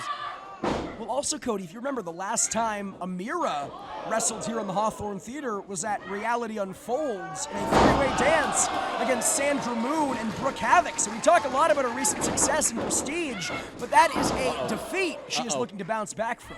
Jordan. She may not be so lucky here. Rose. She's squaring up with those kicks. Taking control, and there again, that Muay Thai background. And I can't stress enough what a huge victory it would be if Rose is able to pull this one off against Amira, who undoubtedly has had one of the best rookie years ever. Or one of the best rookies in prestige. Just got leveled with a punt kick from Rose. And how about this? I mean, we know how beloved and popular Amira is in Portland, but Rose impressing the faithful so much that they have no choice but to show her their respect. Oh, Amira ducks the kick. Big forearm to the face of Rose. Okay. Repeated chops to the chest. Double overhand, my goodness. Paints her like a fence. And Amira giving Rose the opening there. Maybe not the wisest decision by the Tower of Power, but able to ducks dodge the back fist. Yep. Rose just proving she's a kick puncher. These women have each other's number here, Cody. And now Amira once again maybe thinking back suplex, but Rose has her scouted on some of these suplex attempts. Rose just digging the elbow into the neck of Amira. Waist lock. Ripcord. But Amira. Rose lands on her feet. Amira cannot hit that back suplex. Rose has it fully scouted, and this is very impressive. Oh. Well, there she hits that There back she goes. suplex. The commentator's curse on full display. I love it. And Jordan, we were talking about this earlier, where Amira was walking into this show this night thinking she was going to wrestle Liza Hall. Instead has to go against Rose, who is maybe a little bit more unknown compared to Amira. Making Amira eat defeat quite literally. Rose has had a lot more of Amira's matches to study, a lot more tape to study than Amira has had the option to do for her opponent here tonight. And right now, Rose has proven that she has Amira scouted for a lot of moves, but not right there. DDT from Amira, has to crawl over, has to make the cover. Cody, he's back. No. The devil himself. No, come on. The former king of Northwest Hardcore. He already attacked Chris Brady and Drake Quan after the bell during our opening contest. Brad, get out of there. He's not waiting till after the bell here. Get Rose and Amira. The enemy of my enemy is my friend here. But Drexel taking both women down. Referee Bradley with no choice but to call for the bell. This was an awesome matchup, but Drexel just ruined it. Drexel clearly with a bone to pick, clearly with a chip on his shoulder and something to prove, but this is not the way to do it. How about Amira? She's not afraid. Tower of Power tried to get Drexel up in a fireman's carry, but Drexel now tells her to hit him harder. The Nancy to Drexel's Freddy Krueger with the fireman's carry, but Drexel escapes. Jordan. Pile driver, my God. That is an L, Riz. This This is hard to watch, Cody. Get in there, please. Thank you. Thank you. It's about time. Prestige Wrestling officials, members of our security team, prying Drexel off of Amira. Took upwards of 10 men here. This is disturbing. And Drexel, he's not satisfied. He's not satiated. Beating the hell out of all of our security here. I mean, what does he want with Amira? The Prestige faithful were cheering Drexel on earlier on tonight. My, how the times have changed. Change of heart indeed.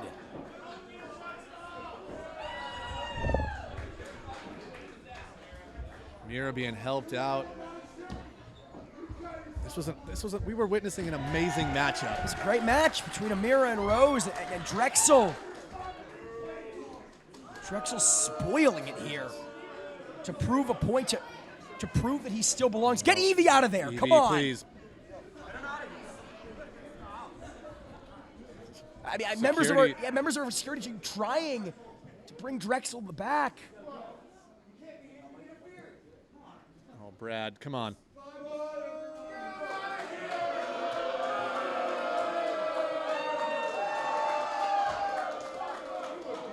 Twisted. Devil came down to Portland.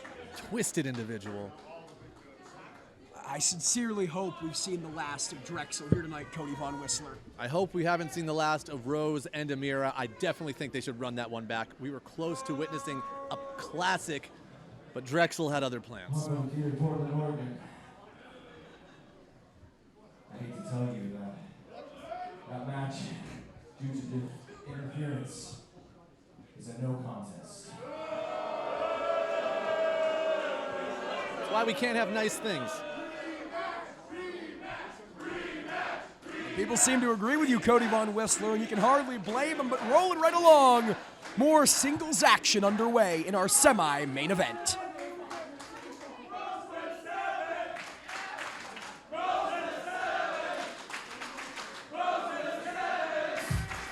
I think these fans want EV versus Drexel at Roseland 7. I don't think that's it. Book it, Will. Book January 5th, right back in Portland, Oregon, right back here on IWTV, live from the Roseland Theater.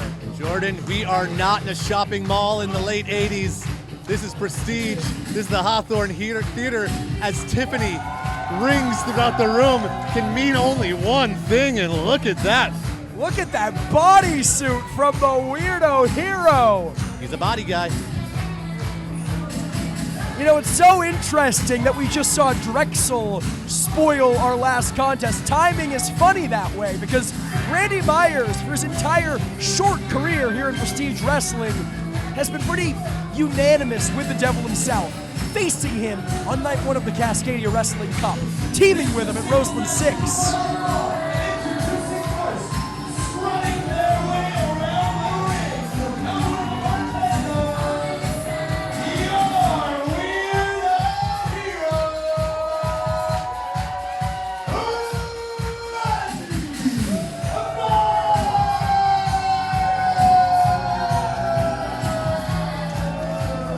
But tonight, with Drexel hopefully being escorted outside of the Hawthorne Theater, Randy Myers going at it alone. And if we're being honest here, me and Randy were talking before the show, he hasn't spoken to Drexel for months. I don't think anybody has. And after his actions tonight, I don't think anyone wants to. But you said it, Randy will be in singles action tonight as the Ravenous One. I think, is he gonna give that fan a pearl necklace? Oh, wow. What a mighty good man. The dulcet tones of Tiffany. Thunder drop. How does that compare to the superhero landing? A little bit more sexy. I mean, Slightly. it's less, it's not as bad on the knees. Yes. It's much worse on the back. Slightly more sexy. I'm gonna tell Jaden you said that. Okay, he'll agree. Jaden will agree. Oh, speaking of sexy, hold up. Hold up.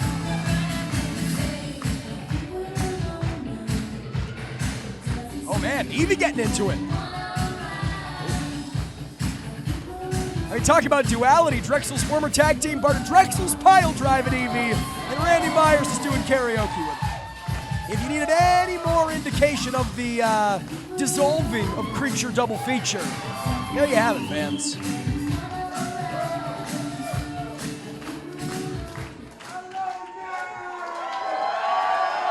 What a reception for the Weirdo Hero.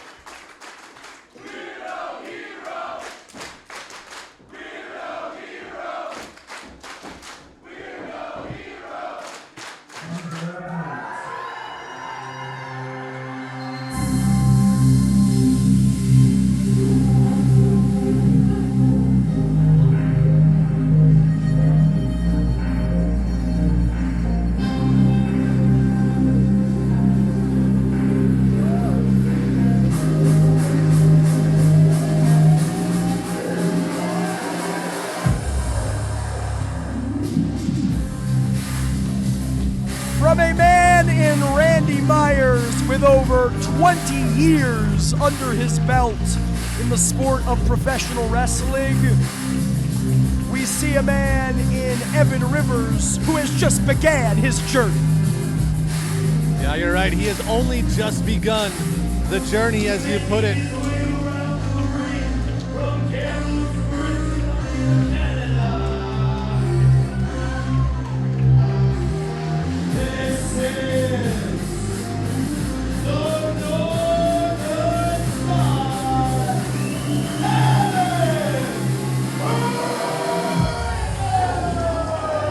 Jordan, like I was saying before, I was rudely interrupted, Evie. How dare you? I thought he's a national treasure. Oh, he is. I take it back. But Evan Rivers, like you said, not very far into his journey, into his career thus far, but in this short time has made it a point to be a thorn in the side of Randy Myers. Speaking of thorns. A little bit of pelvic motion there from the Weirdo Hero, but you're absolutely right, Cody. These two have met each other in the squared circle a couple of times before tonight.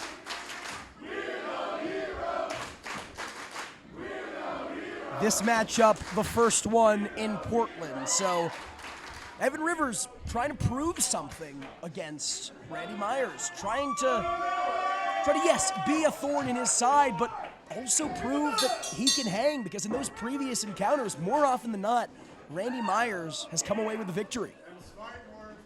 Evan, like you put it, looking for the old two birds with one stone, if you will.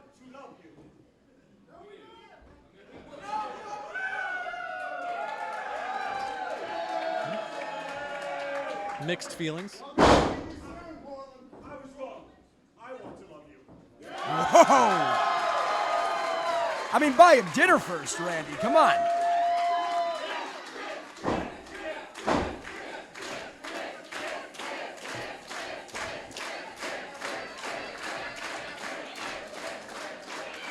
Kinky fans. I hate to keep bringing him up after all the atrocities committed here tonight, but something tells me Evan Rivers is going to be a lot less down than Drexel. Well, maybe I'm wrong. Yeah, there it is. But Randy quick. Maybe, he definitely knew what Evan Rivers was planning there. Quicker on the draw, Randy Myers, who once again is looking for a little lip lock. Instead, Rivers looking for a single leg takedown. Myers still adamant that he gets that kiss. And instead getting a kick to the face. Oh, Randy Myers dangerously close to the belt. Below it, I should say, and finally got a little smooch. This magic moment. It was close, but no smooch.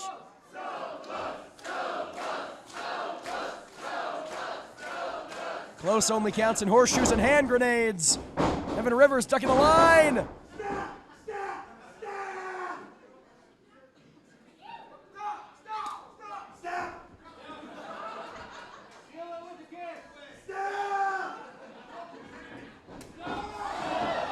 Walked right into that one. What did the five fingers say to the face? Slap. Ooh, Randy now dodges that lariat again. Hits the ropes. Ooh. Turning the tables is Evan Rivers. Sexy bitch! Sexy bitch! Sexy bitch! Sexy bitch! When they're right, they're right. Tell him when he's lying. Sexy bitch! Ready? What do you got, babe?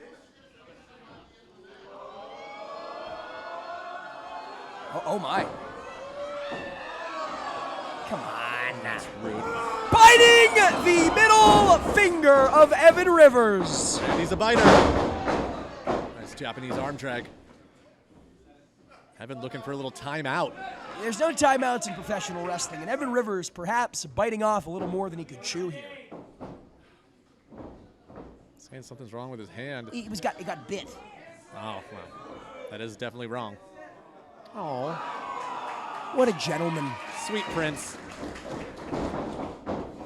Randy now, catches the hand of Evan Rivers, who grabs Buddy Ruth as well.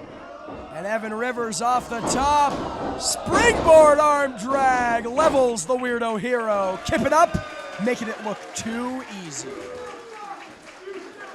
Impressive, but not surprising. Evan Rivers, one of the products of the Lionsgate Dojo, who's looking to fly through the ropes, saw that Myers moved, caught himself on the apron. Randy, you gotta watch out. Such impressive adjusting, such impressive flexibility from Evan Rivers. Realizing that Randy Myers had moved out of the way, catching himself on the rope, but not so lucky this time. Keep your eyes on Randy. Tope Suicida, and Randy Myers is not done yet.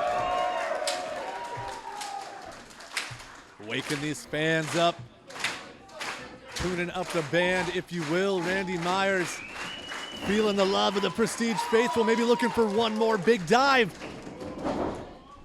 But caught by Evan Rivers in midair. Chuck Taylor's to the face. Still not enough. Dragon screw on the apron. Oof. A dragon screw is already dangerous enough, but with nowhere to go there but the apron. Ouch. Now Evan Rivers turned his back on Randy Myers for a second and got leveled with a huge forearm. Randy clearly in a world of hurt right now. The smile is gone, playfulness is gone, and even more so now, another dragon screw leg whip, crotching him on the middle rope. That'll dislocate your leg like 4 times, and now Evan... And if that didn't, this will. Taste the blood in the water. Rivers now trying to just wrench away at the leg Maybe of thinking Myers. single leg Boston Crab here, but Randy Myers looking for an out. And indeed he finds one, if only for the moment. It's very rare that you see Randy wrestling with such desperation, but right now I think he knows Oh my God! his knee's in trouble. If it wasn't before, it sure as hell is now. I believe it, Randy. For those uninitiated, a wrestling ring is steel, covered with wood, covered with the thinnest layer of padding you'll maybe see anywhere ever. And the entire body weight of Randy Myers just collapsed on his own already injured knee. Oh, and look at this. Rivers having a few words with the referee while standing on the leg of Randy. Oh, come on. Yeah, but Randy Myers' Randy- own body weight used against him, and then Evan Rivers caught him in a roll-up. Kick out from Evan Rivers. Another. Small package. Only a 2. Looks for a big one, but Myers maybe thinking backslide. But again, has that injured knee. Has got to be careful it doesn't give out on him here. It was wobbly right there. Can Randy do it? No, he's not able to. He's not able. Evan Rivers too big, that knee too injured. Once again, Rivers has found a target and he is exploiting it here. I don't know if you saw that there, but he did that high kick as a distraction. For a second, I thought he was off the mark, but he knew what he was doing, causing Randy to close his eyes, dodge that kick, leaving that leg wide open. Once again, wonderful tactics, whether you like him or not. Product of the Lionsgate Dojo out of Vancouver. I mean, Evan Rivers is a spectacular athlete. Make no Fact. mistake about it. It is the attitude. It is this holier-than-thou cockiness, this entitlement that might cost him the matchup here. Got to be careful, breaking at the last possible second with a power bomb. A Texas cloverleaf power bomb. I've never seen. I was going to say, yeah, First. talk about ingenuity. That'll put a smile on the face of Dean Malenko. Texas cloverleaf positioning off the power bomb, using the ropes for more elevation, and then immediately rolling over into the Texas cloverleaf. Randy Myers scratching and clawing for that bottom rope. It's actually called the Texas maple leaf when he does it. Because he's Canadian. You got there. Both of these men, products of the Great White North. All joking aside, that leg, Randy's Oh. not doing so hot. It's very rare that you see Randy Myers in this position. And Evan Rivers. Oh, Evan okay. Rivers caught an armbar here from Randy Myers. Speaking of positions, Randy knew exactly what he was doing. And Rivers grabs the bottom rope, forcing the break from Randy, but it's very smart from Myers, saying, my knee may be injured, but I can still wrap those legs around your arm. I can still force you to submit. Uh-oh. Again, driving the knee. But that time he drove the knee into his own there, almost a knee breaker across his own. And you can hear what these fans think of him. I do question Rivers not capitalizing with a cover or more offense here. Look at the defiant Randy Myers getting a taste of his own medicine. Middle finger bitten by Evan Rivers.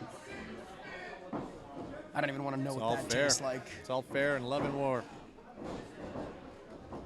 Beginning of this matchup, Randy was saying he wanted to love Evan. Right now, I think he's just trying to survive Evan Rivers. Well, survive he might! Okay. This might be exactly what Randy Myers needs to fight his way back in this one, Cody. Prestige faithful trying to rally behind the weirdo hero, but Evan Rivers is closely up to his feet. Both combatants in the corner. Rivers Evan now. Rivers with nothing but a face full of turnbuckle. What's Randy thinking? Bulldog to the knee, but Randy, that was the injured leg. Oh, I don't. The injured knee here. Still Randy finding the reserve to roll over into a cover, but not enough. Not a deep cover. Not hooking that leg as deep as he should have. That right there, what we witnessed, is a typical example of a wrestler kind of going into autopilot, doing what they always do.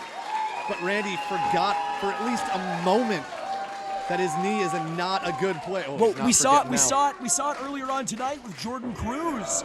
Hit that No More Sorrow, that knee brainbuster on Jaded. Did so on the injured knee. It cost him the match. Might have done the same for Randy Myers. Pump handle, no. Randy.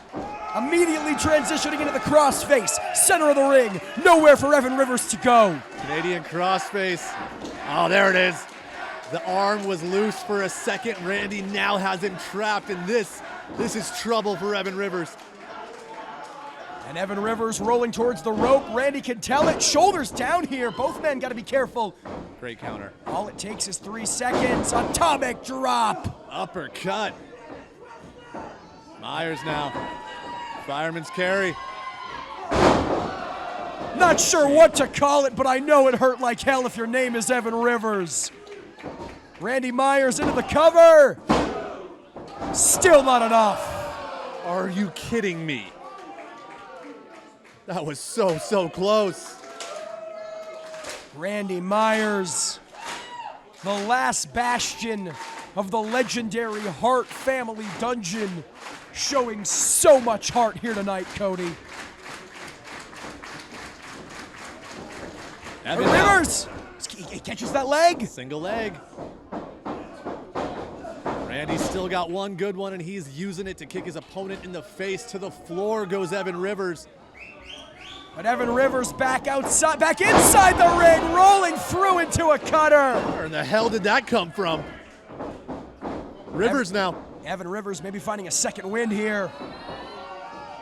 Power bomb! My God, the impact. Falling forward with it. Rivers now into the ropes. Count to 100, man. Randy Myers is done. Dunzo. No, he's not. No, he is not, Cody. A little sign language along the way. Oh, wait he a might minute. be now. He might be now. That was the submission hold Rivers was looking for earlier. This time, Randy unable to counter it.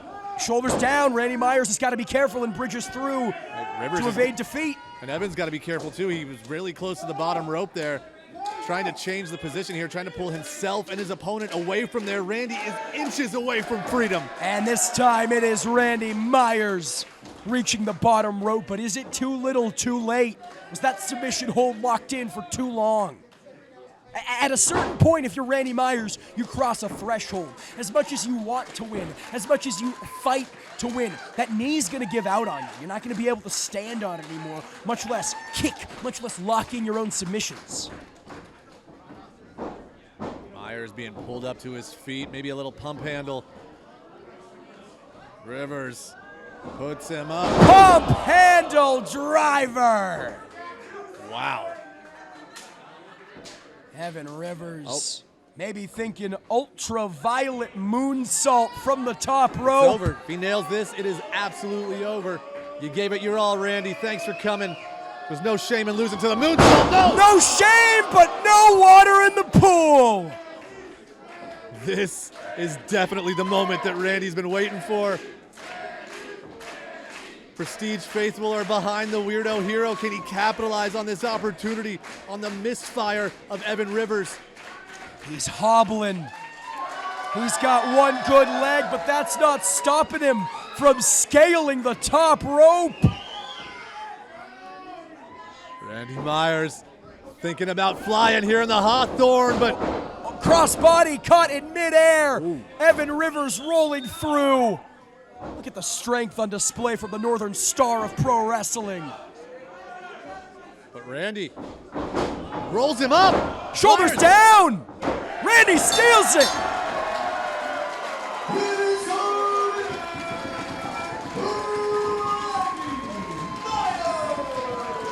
I gotta be honest, Cody. I did not think Randy Myers had it in him. But somehow, some way, the Weirdo Hero eking out a win. All it takes is 3 seconds. Oh, wait a minute. Come on. Evan Rivers lost fair and square. He has nothing to be ashamed of. He had nothing to be ashamed of until right now. Another pump handle driver. He proved everything he could have ever hoped for to Prestige Management with his performance here tonight. This proves nothing. It proves one thing. Proves that the Prestige faithful are not fans of Evan Rivers, but I don't think he cares. Because, I mean, you said it, Jordan. He made his impression. He made his impact.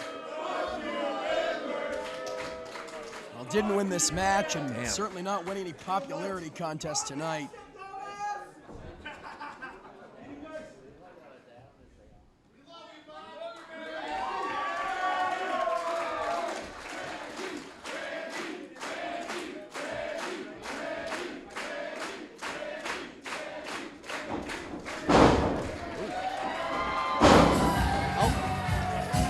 So sexy. Even when it causes him pain. Pain for pleasure. Despite the post-match assault from sore loser Evan Rivers, it is Randy Myers getting the victory and the last laugh here tonight at the Hawthorne Theater. A reminder, Prestige Wrestling fans, that the next time you can catch us right here on IWTV is December 14th, back in Los Angeles, California at the Globe Theater, in association with Tokyo Joshi Pro Wrestling, as we present Combat Princess USA. Already signed for our main event, Miyu Yamashita and Maki Ito versus MK Ultra. Let's go, MK Ultra, an amazing tag team. And I remember it was back in Asbury Park where we saw both members of that team just beat the living hell out of each other, and in the process beat some respect into each other as well. Talk about beating some respect into each other. That is exactly what C420 hopes to do to Alan Angels, Sinner, and Saint. Up next, in our main event.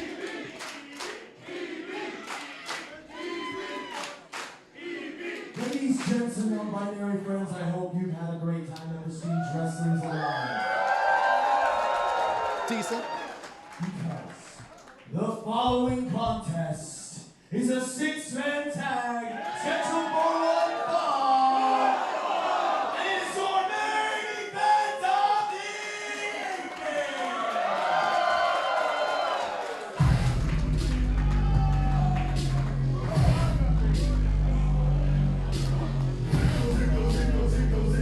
And here come some very angry individuals.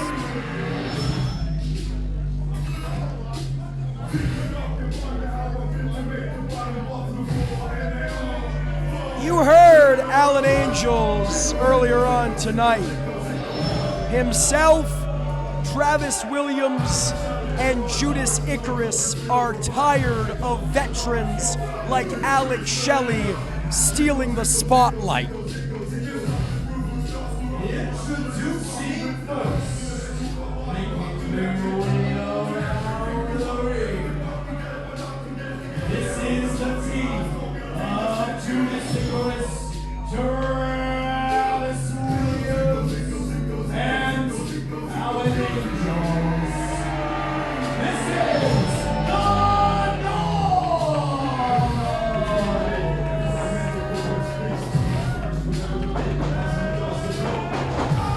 They're not waiting to be given their flowers. They are taking their flowers. It's almost a natural pairing. Sinner, saint, and angel. Again, you heard from the Prestige Wrestling World Champion earlier on tonight. He said it about Angels. It goes for Sinner and Saint. It goes for Williams and Icarus as well. Terrific athletes bust their ass for this promotion, whether or not they want to admit it. It's the attitude. It's the entitlement that makes it so impossible to root for these three. And the lack of shoes on Judas Icarus. It's just dangerous. What's up with that? It's reckless.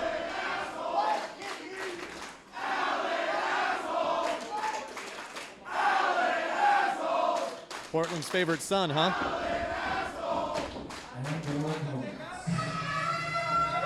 Okay.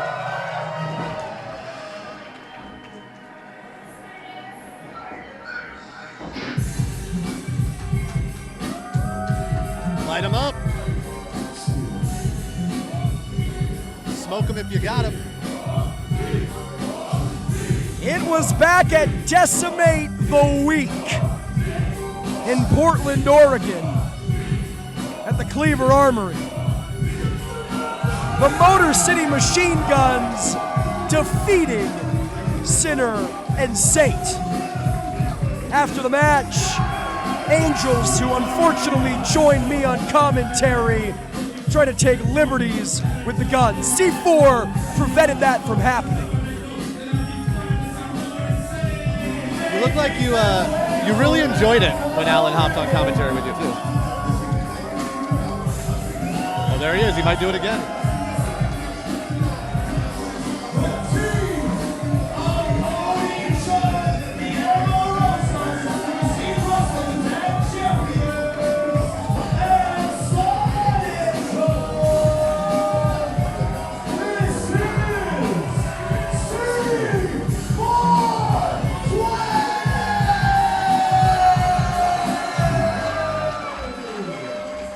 Later on, that very, oh my God, he's back. Jordan Castle, I don't want any unbiased commentary from you tonight. Do you understand, buddy? So you want biased commentary? Alan Angels doesn't know what words mean. As I was saying before, I was so rudely interrupted. Later on, C4 with a successful defense of the Prestige Wrestling Tag Team Championships against the Workhorsemen. Angels, Sinner, and Saint trying to cost C4, the Workhorsemen, to their credit, saying they didn't want to win it that way. Tensions boiling over, and Alex Shelley scheduled to join forces with C4 against this villainous trio. As we heard earlier on tonight, Shelley injured, so the tag team champions calling in an old friend, and the ace has returned home. My dudes. C420 in action here tonight.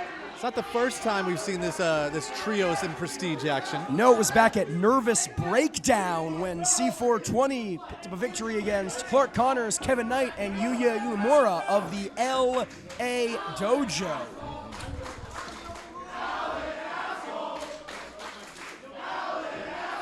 Now, usually, I don't feel bad for referee Devin Campbell. He usually makes his own bed.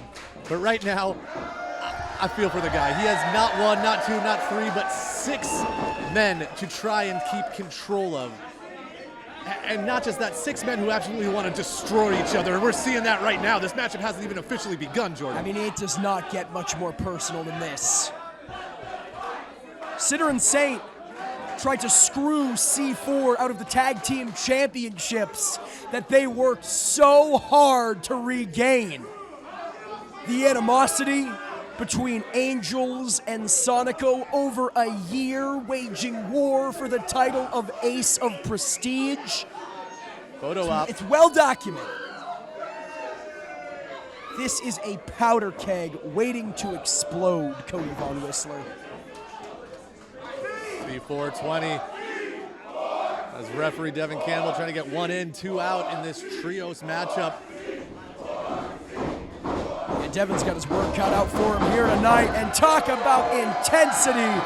Guillermo Rosas more fired up than I've ever seen. And that's saying something. A little bit of rock, paper, scissors between members of C4.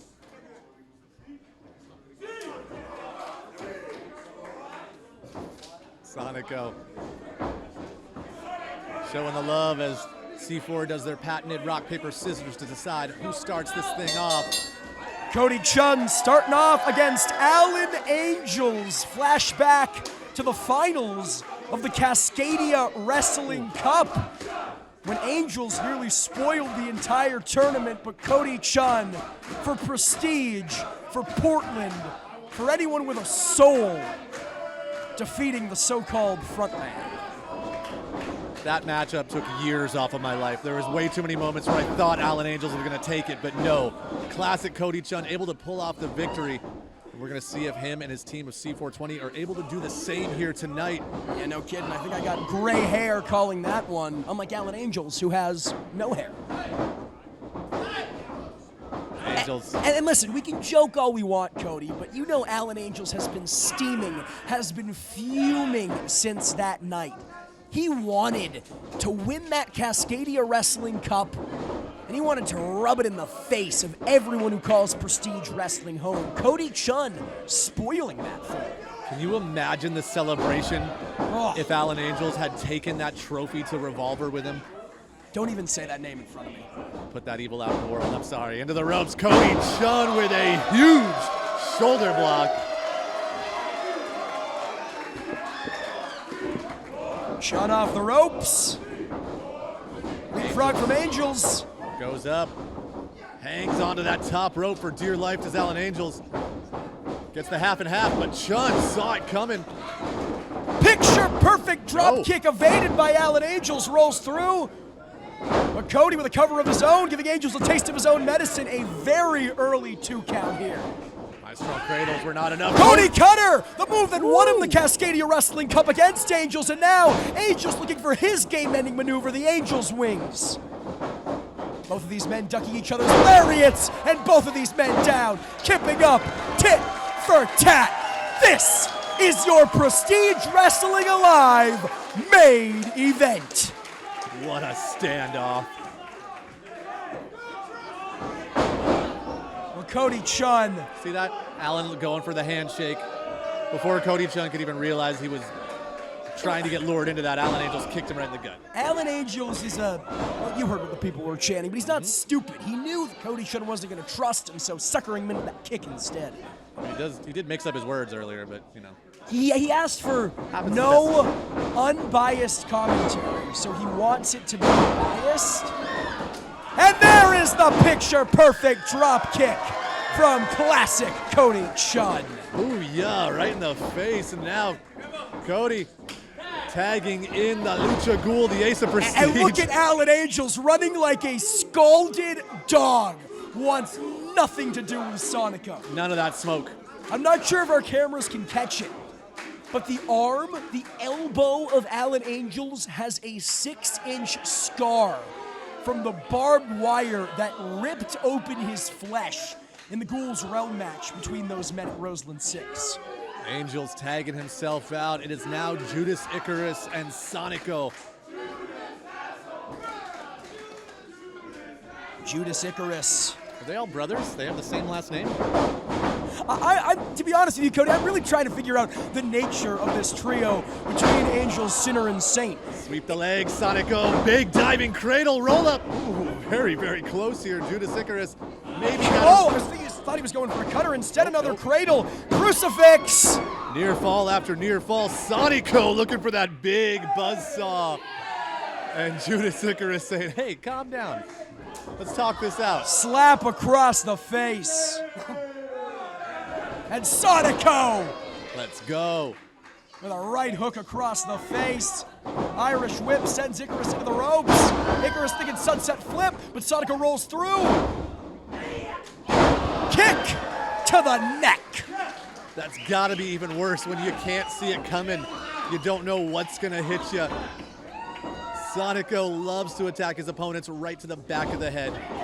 Judas Icarus, of course, picked up arguably the biggest win of his career, certainly his prestige career, against Chris Sabin back at Roseland 6 with the assist of this man. Tagged in is Travis Williams' basement dropkick, followed up with Icarus, shoulders down. Sonico kicks out. And look at Guillermo and Sean, so quick. Nearly broke up the pin. They thought that could be it. Cover once again from Williams. Speaks to the pedigree of the professional. The tag team champions may not like Sinner and Saint, but they know that they're a threat.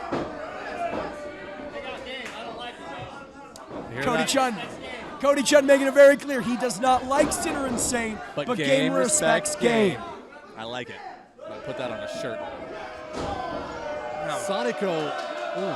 Sonico rocked by a southpaw from Alan Angels.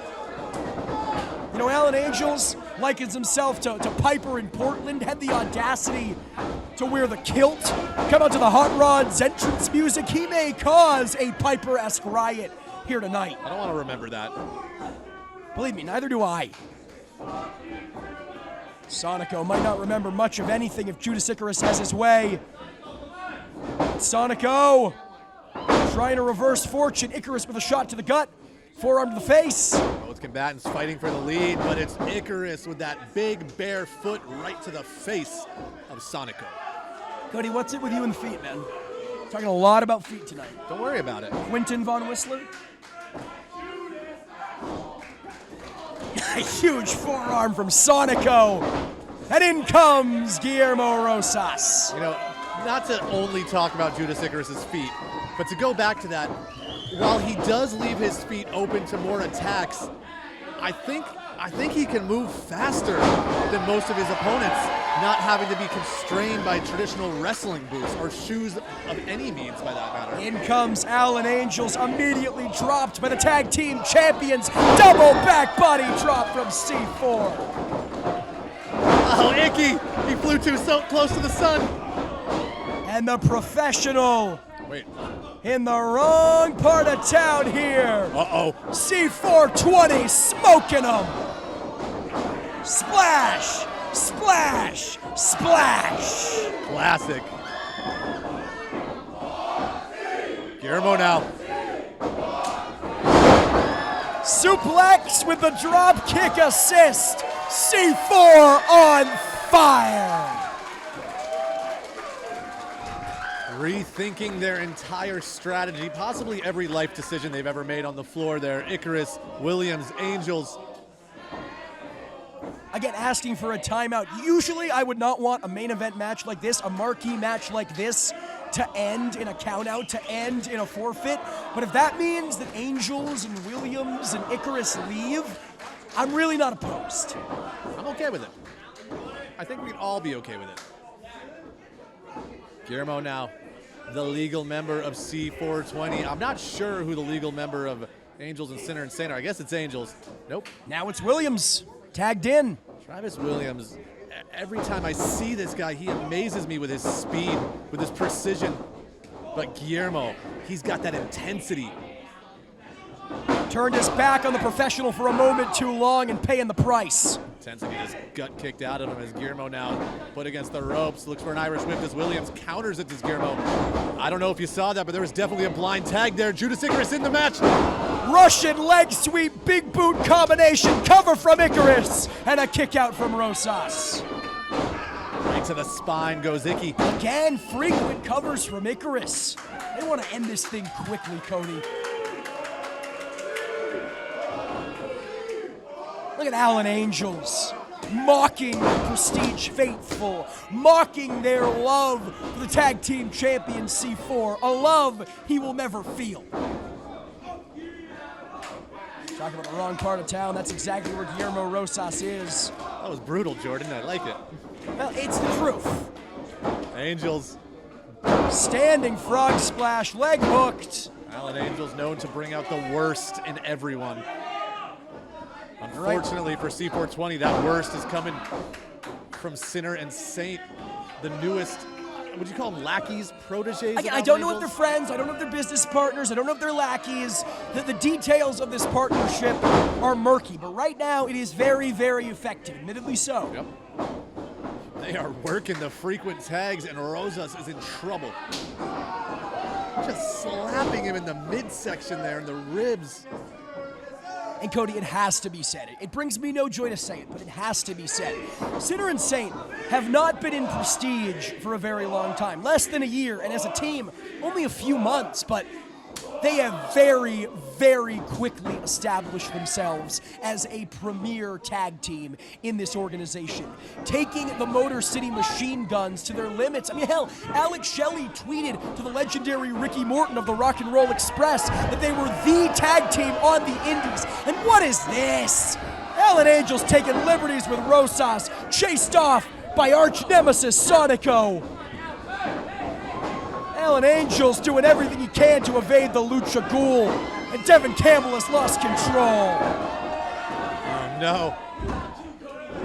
Poor Devo Valor. Cover! Kick out from Rosas. Wow. I don't want to repeat what Travis Williams said, but some harsh words for the Lucha Ghoul. He said a cuss. He's saying bad words, Cody, and he's a bad guy. And in the process, though, he did get under the skin of Sonico. Sonico almost getting involved there, realizing he had to stop. We'll talk about the skin of Travis Williams turned into mincemeat by Guillermo Rosas, elbow to Judas Icarus, and a meeting of the minds for Sinner and Saint. What's it like when Sinner and Saint collide? I'll tell you what it's like. It's an opportunity. Can Rosas make it? And now Sonico is the legal Lucha Ghoul. Crossbody killing two birds with one stone. And his arch nemesis for good measure. Boot for Icarus. Thrust kick for Williams. Flatliner to Icarus. A Ruth Goldberg machine. Leading to a flatliner for Williams. DDT, excuse me. When you're on the losing end. Cover! Uh-oh.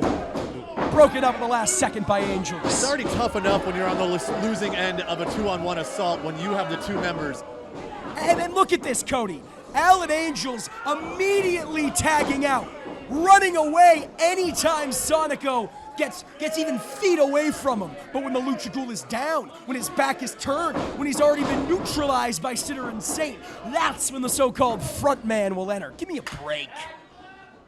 Icarus in trouble here is classic Cody Chun, now the legal member of his team, chopping the heck out of Judas's chest there. If it ain't broke, don't fix it. Chirping chop to the chest of Judas Icarus. Cover from Cody. Of course, these two men met at night 2 of the Cascadia Wrestling Cup. Icarus with his leg hooked by Chun. Again, a kick out from the Born Sinner. Icarus was Cody Chun's last stop en route to Alan Angels, en route to the finals of that tournament that he, of course, eventually won. And in comes the Lucha Ghoul. Looking to send Icky for a ride up and over, double suplex. Sonico looking for the pin. But not enough. Very wise strategy there. Sonico was pinning Icarus. He had his eyes locked over on Williams and Angels, making sure they weren't getting involved. And very smart, as you see, Sonico with the boots to Williams, making sure he can't intervene here. Now Sonico, with evil intentions. Oh my God!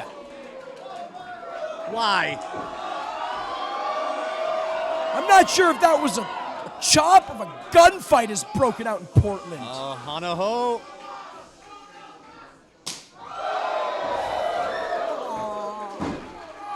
It hurts me just hearing it, Cody.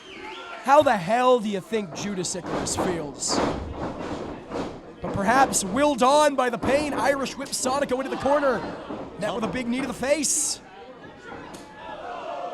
This Kick in time the turnbuckle. to the gut.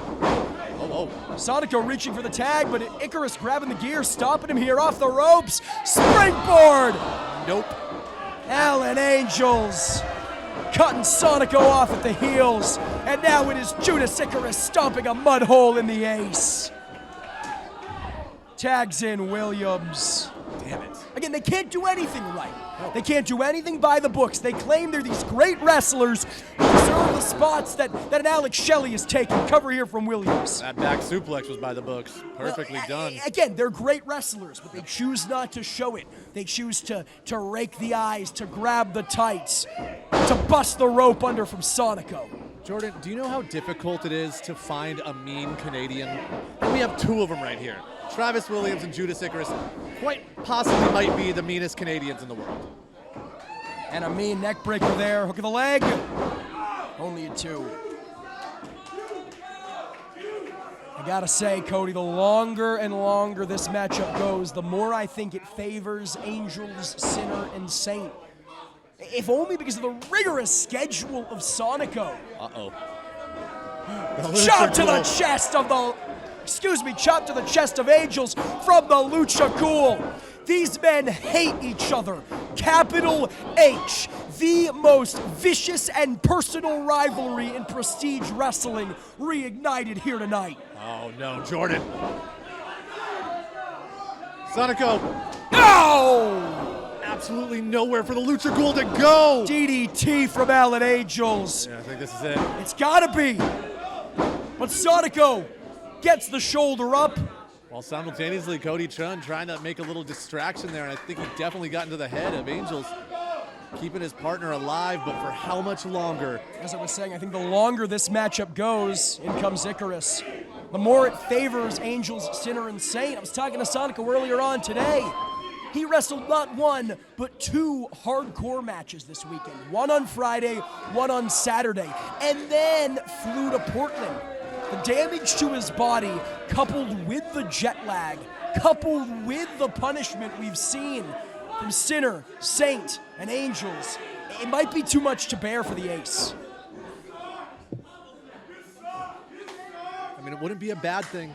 He has nothing to be ashamed of if he falls short here. Williams tagged in. Yeah, he's got to.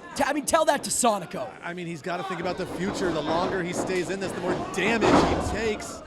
He's got to think about future Sonico here. Cover from Williams. And a kick out from Sonico.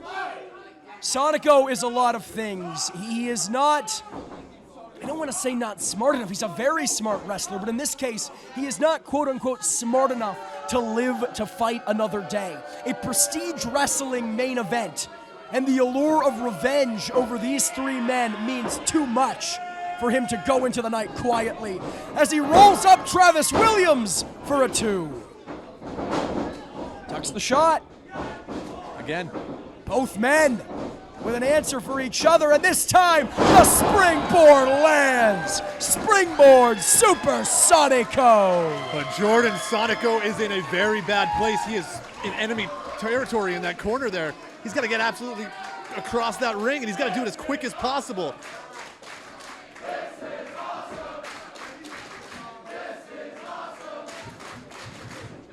Cody Chun is jonesing. He's fiending for the cover, and he gets it. In comes Icarus. Shoulder block for both him and Angels. Drop kick to the board center. Drop kick to the front man. And a Cody Rooney. Now can you dig that sucker? Big splash by Chun. Another. Feeling the love with the Prestige faithful. Classic Cody Chun. Starting to fire away with some left jabs. Flurry of southpaws here. Winding it up. But stopped by Judas Icarus, who eats one for the team. Psyching Angels out into a DDT. In comes Williams. The impact of that DDT was insane. Chun's not done. Like the Energizer Bunny, he just keeps going and going and going. Ducks the shot from Williams, psychs him out. This time, Tornado DDT. The speed of Williams being used against him. Cover! That's it. Only a 2. Very, very close.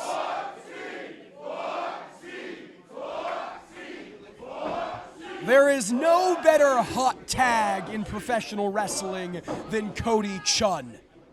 Now looking to finish the deal. Maybe they can brainbuster, but Williams lands on his feet, sends Chun into the ropes. Professional lariat!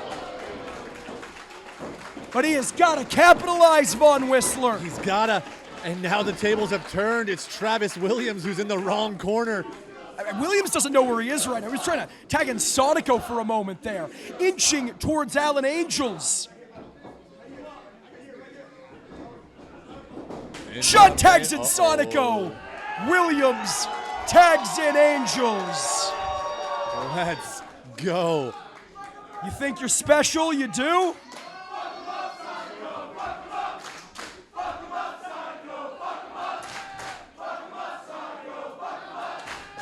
Like Batman and the Joker, destined to do this forever.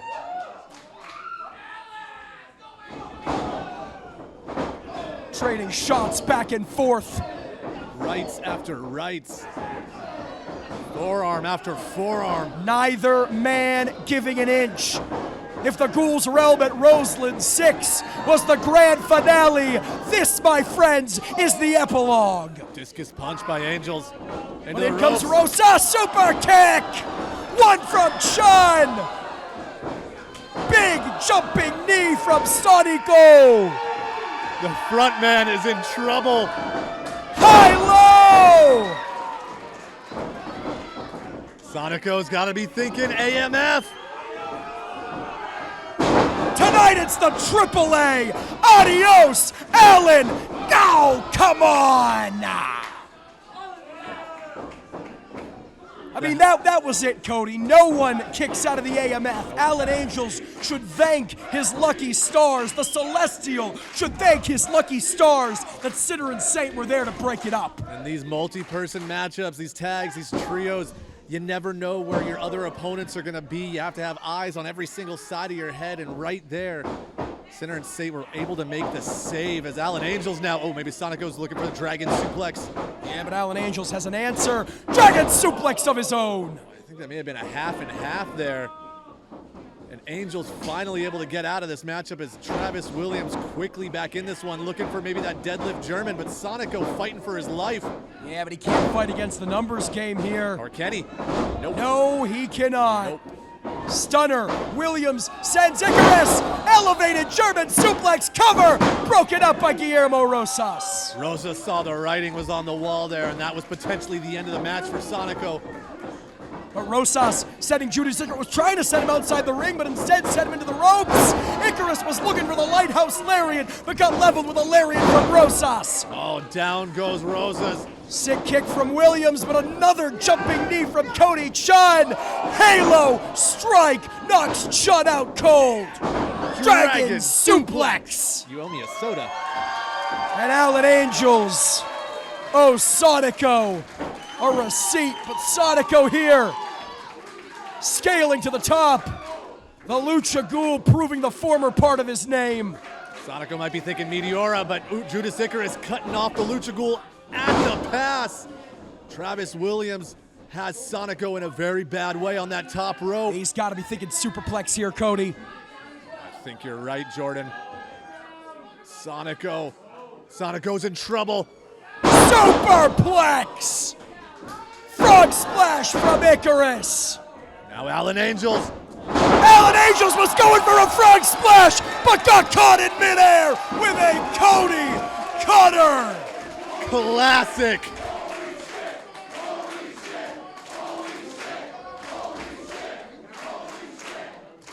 Prestige wrestling forever. What a match, Von Whistler.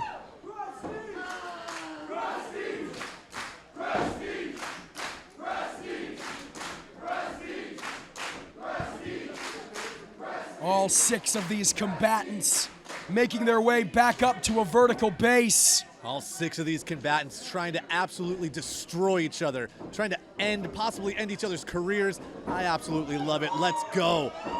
All 3 combatants back on their feet. Jordan, this main event's only just now starting to heat up. It's going to the next level. Here we go.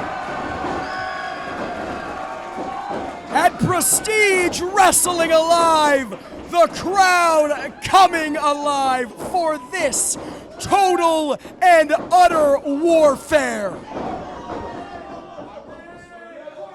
Shud and Icarus. Look at this. Rosas and Williams, Sonico and Angels. Hey, give me a break. Angels, Sinner and Saint begging and pleading, saying, please. You made your bed, sleep in it. You're reaping what you sow. Sonico, C420, maybe showing some mercy. No, God. And paying for it They here. shouldn't have. Unfortunately, Sinner, Saint, Alan Angels taking advantage of the kindness of C420. They took just a split second to think about giving their opponents the benefit of the doubt, and that split second was all it took. Travis Williams, springboard drop kick. Sends Sonico to the outside. And he's not done. Psyching out C4. Tope suicida to Chun. Angels with one to Sonico. Icarus up and over. Takes out Rosas. Wow. C420 is in a very, very bad way right now.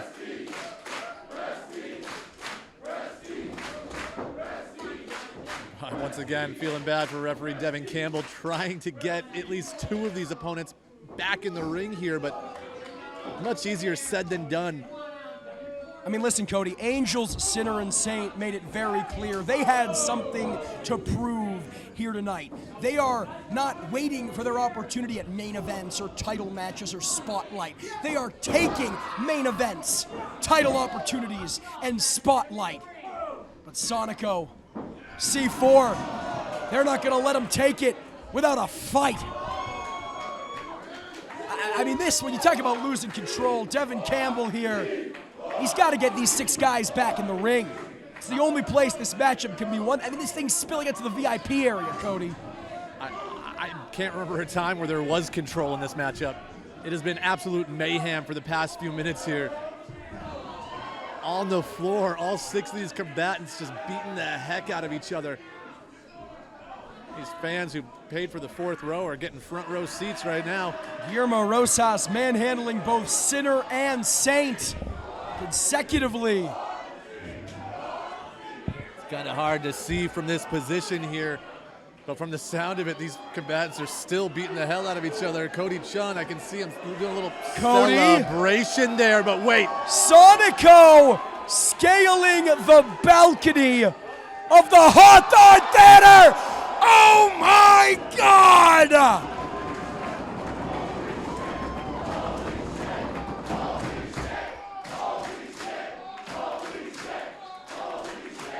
What a moment! The ace flies! Usually we see the stage dives coming from the position we are on the stage here at the Hawthorne Theater. Sonico jumping from the VIP bar. I think he took down everyone, and Devin's trying to get people up, trying to get people back to the ring, but I think everyone might be done at this point. Well, Cody, that just speaks to how much this match means for Sonico. How much he wants to silence Angel, Sinner, and Saint. He is putting his body on the line. He is taking years off his career to help C4 in this endeavor. Jordan, it looks like C4 and Sonico have taken Travis Williams back into the ring. Cody Chun getting back in there as well. I mean, Sonico outside our commentary booth in a very bad way. And Cody Chun, we're going to seal the deal against Travis Williams here. Perhaps thinking Cody Cutter. Cody Chun calling his shots. Now Travis Williams. Nope. Wisely hooking the leg around there. Chop to the chest from Cody Chun. Ducks the shot, does Travis Williams. Dragon screw leg whip from the professional. Maybe they can figure four. Catches the legs again. Rolls through.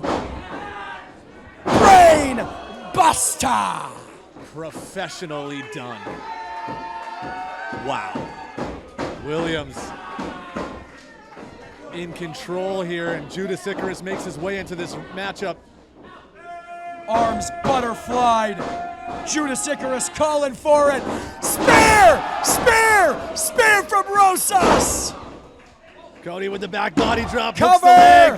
Hold me at two. Super kick from Rosas.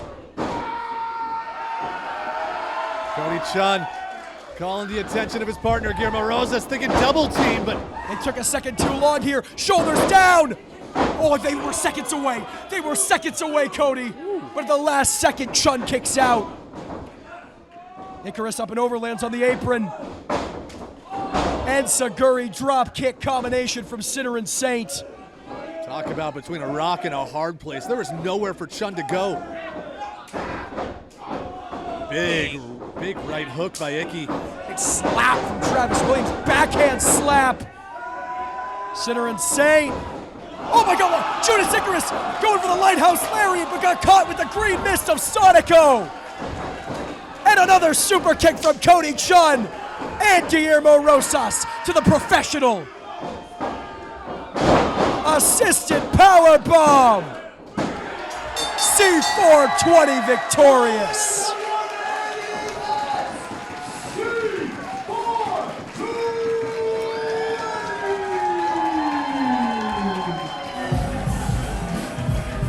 I don't know what we just witnessed, but I think we're better friends because we witnessed it together. Jordan, that was a war. That was mayhem. There were so many moments where it could have been either one of these teams' matches, but at the end, it was Team C420 able to secure the victory. And what a celebration there's going to be here tonight at the Hawthorne Theater, let me tell you that. A world-class main event anywhere in the world. Ultimately, the green mist from Sonico and the tag team synchronicity of the tag team champions won the day. Travis Williams has the mic.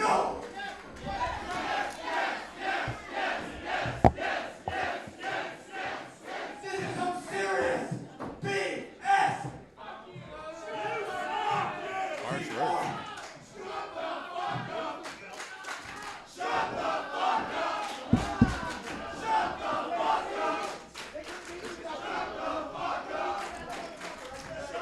Portland, do everybody a favor.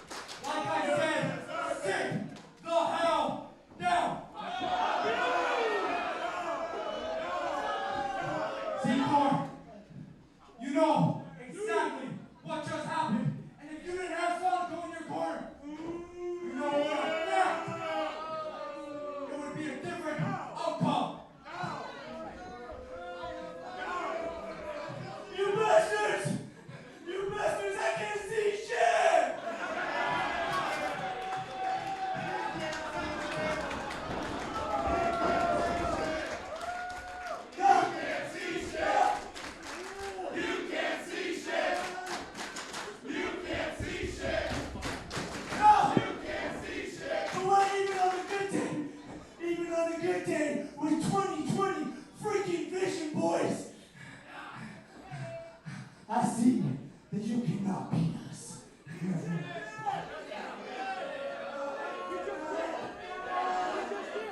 C4! Roseland 7! We want you back to your boys. We want you back to your boys. You're just gonna lose again. What? Huh? What did you say? Who's that t-shirt? Stop yapping, you whole. You know, we got a lot of challengers. We got a lot of people come and step up. Our biggest rival, Midnight Heat. Center is safe. You know what I'm feeling, Cody? You know what I'm feeling, Cody? Center is safe. Roseland, January 5th. Versus us for the Prestige World Tag Title.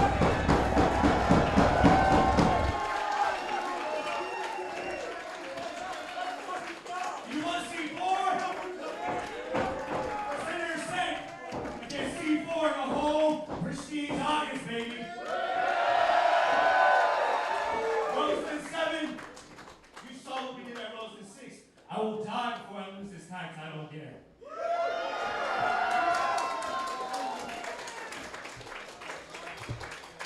Challenge accepted. Okay. The challenge was made and the challenge was accepted. It is official. January 5th at the Roseland Theater in Portland, Oregon, live on IWTV. Prestige Wrestling presents Roseland 7. C4 defend Tag Team Championship gold against Sinner and Saint. I can't wait. As the celebration continues here at the Hawthorne Theater, and I think we're about to see a Rosa Rooney.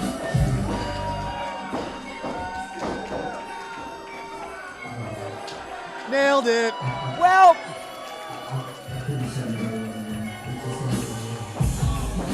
There we go. C4 have won the battle, but it remains to be seen if they've won the war. I taught him how to do this. Don't hate the player, hate the game. I can dig it. Fans, what a night for Cody Von Whistler.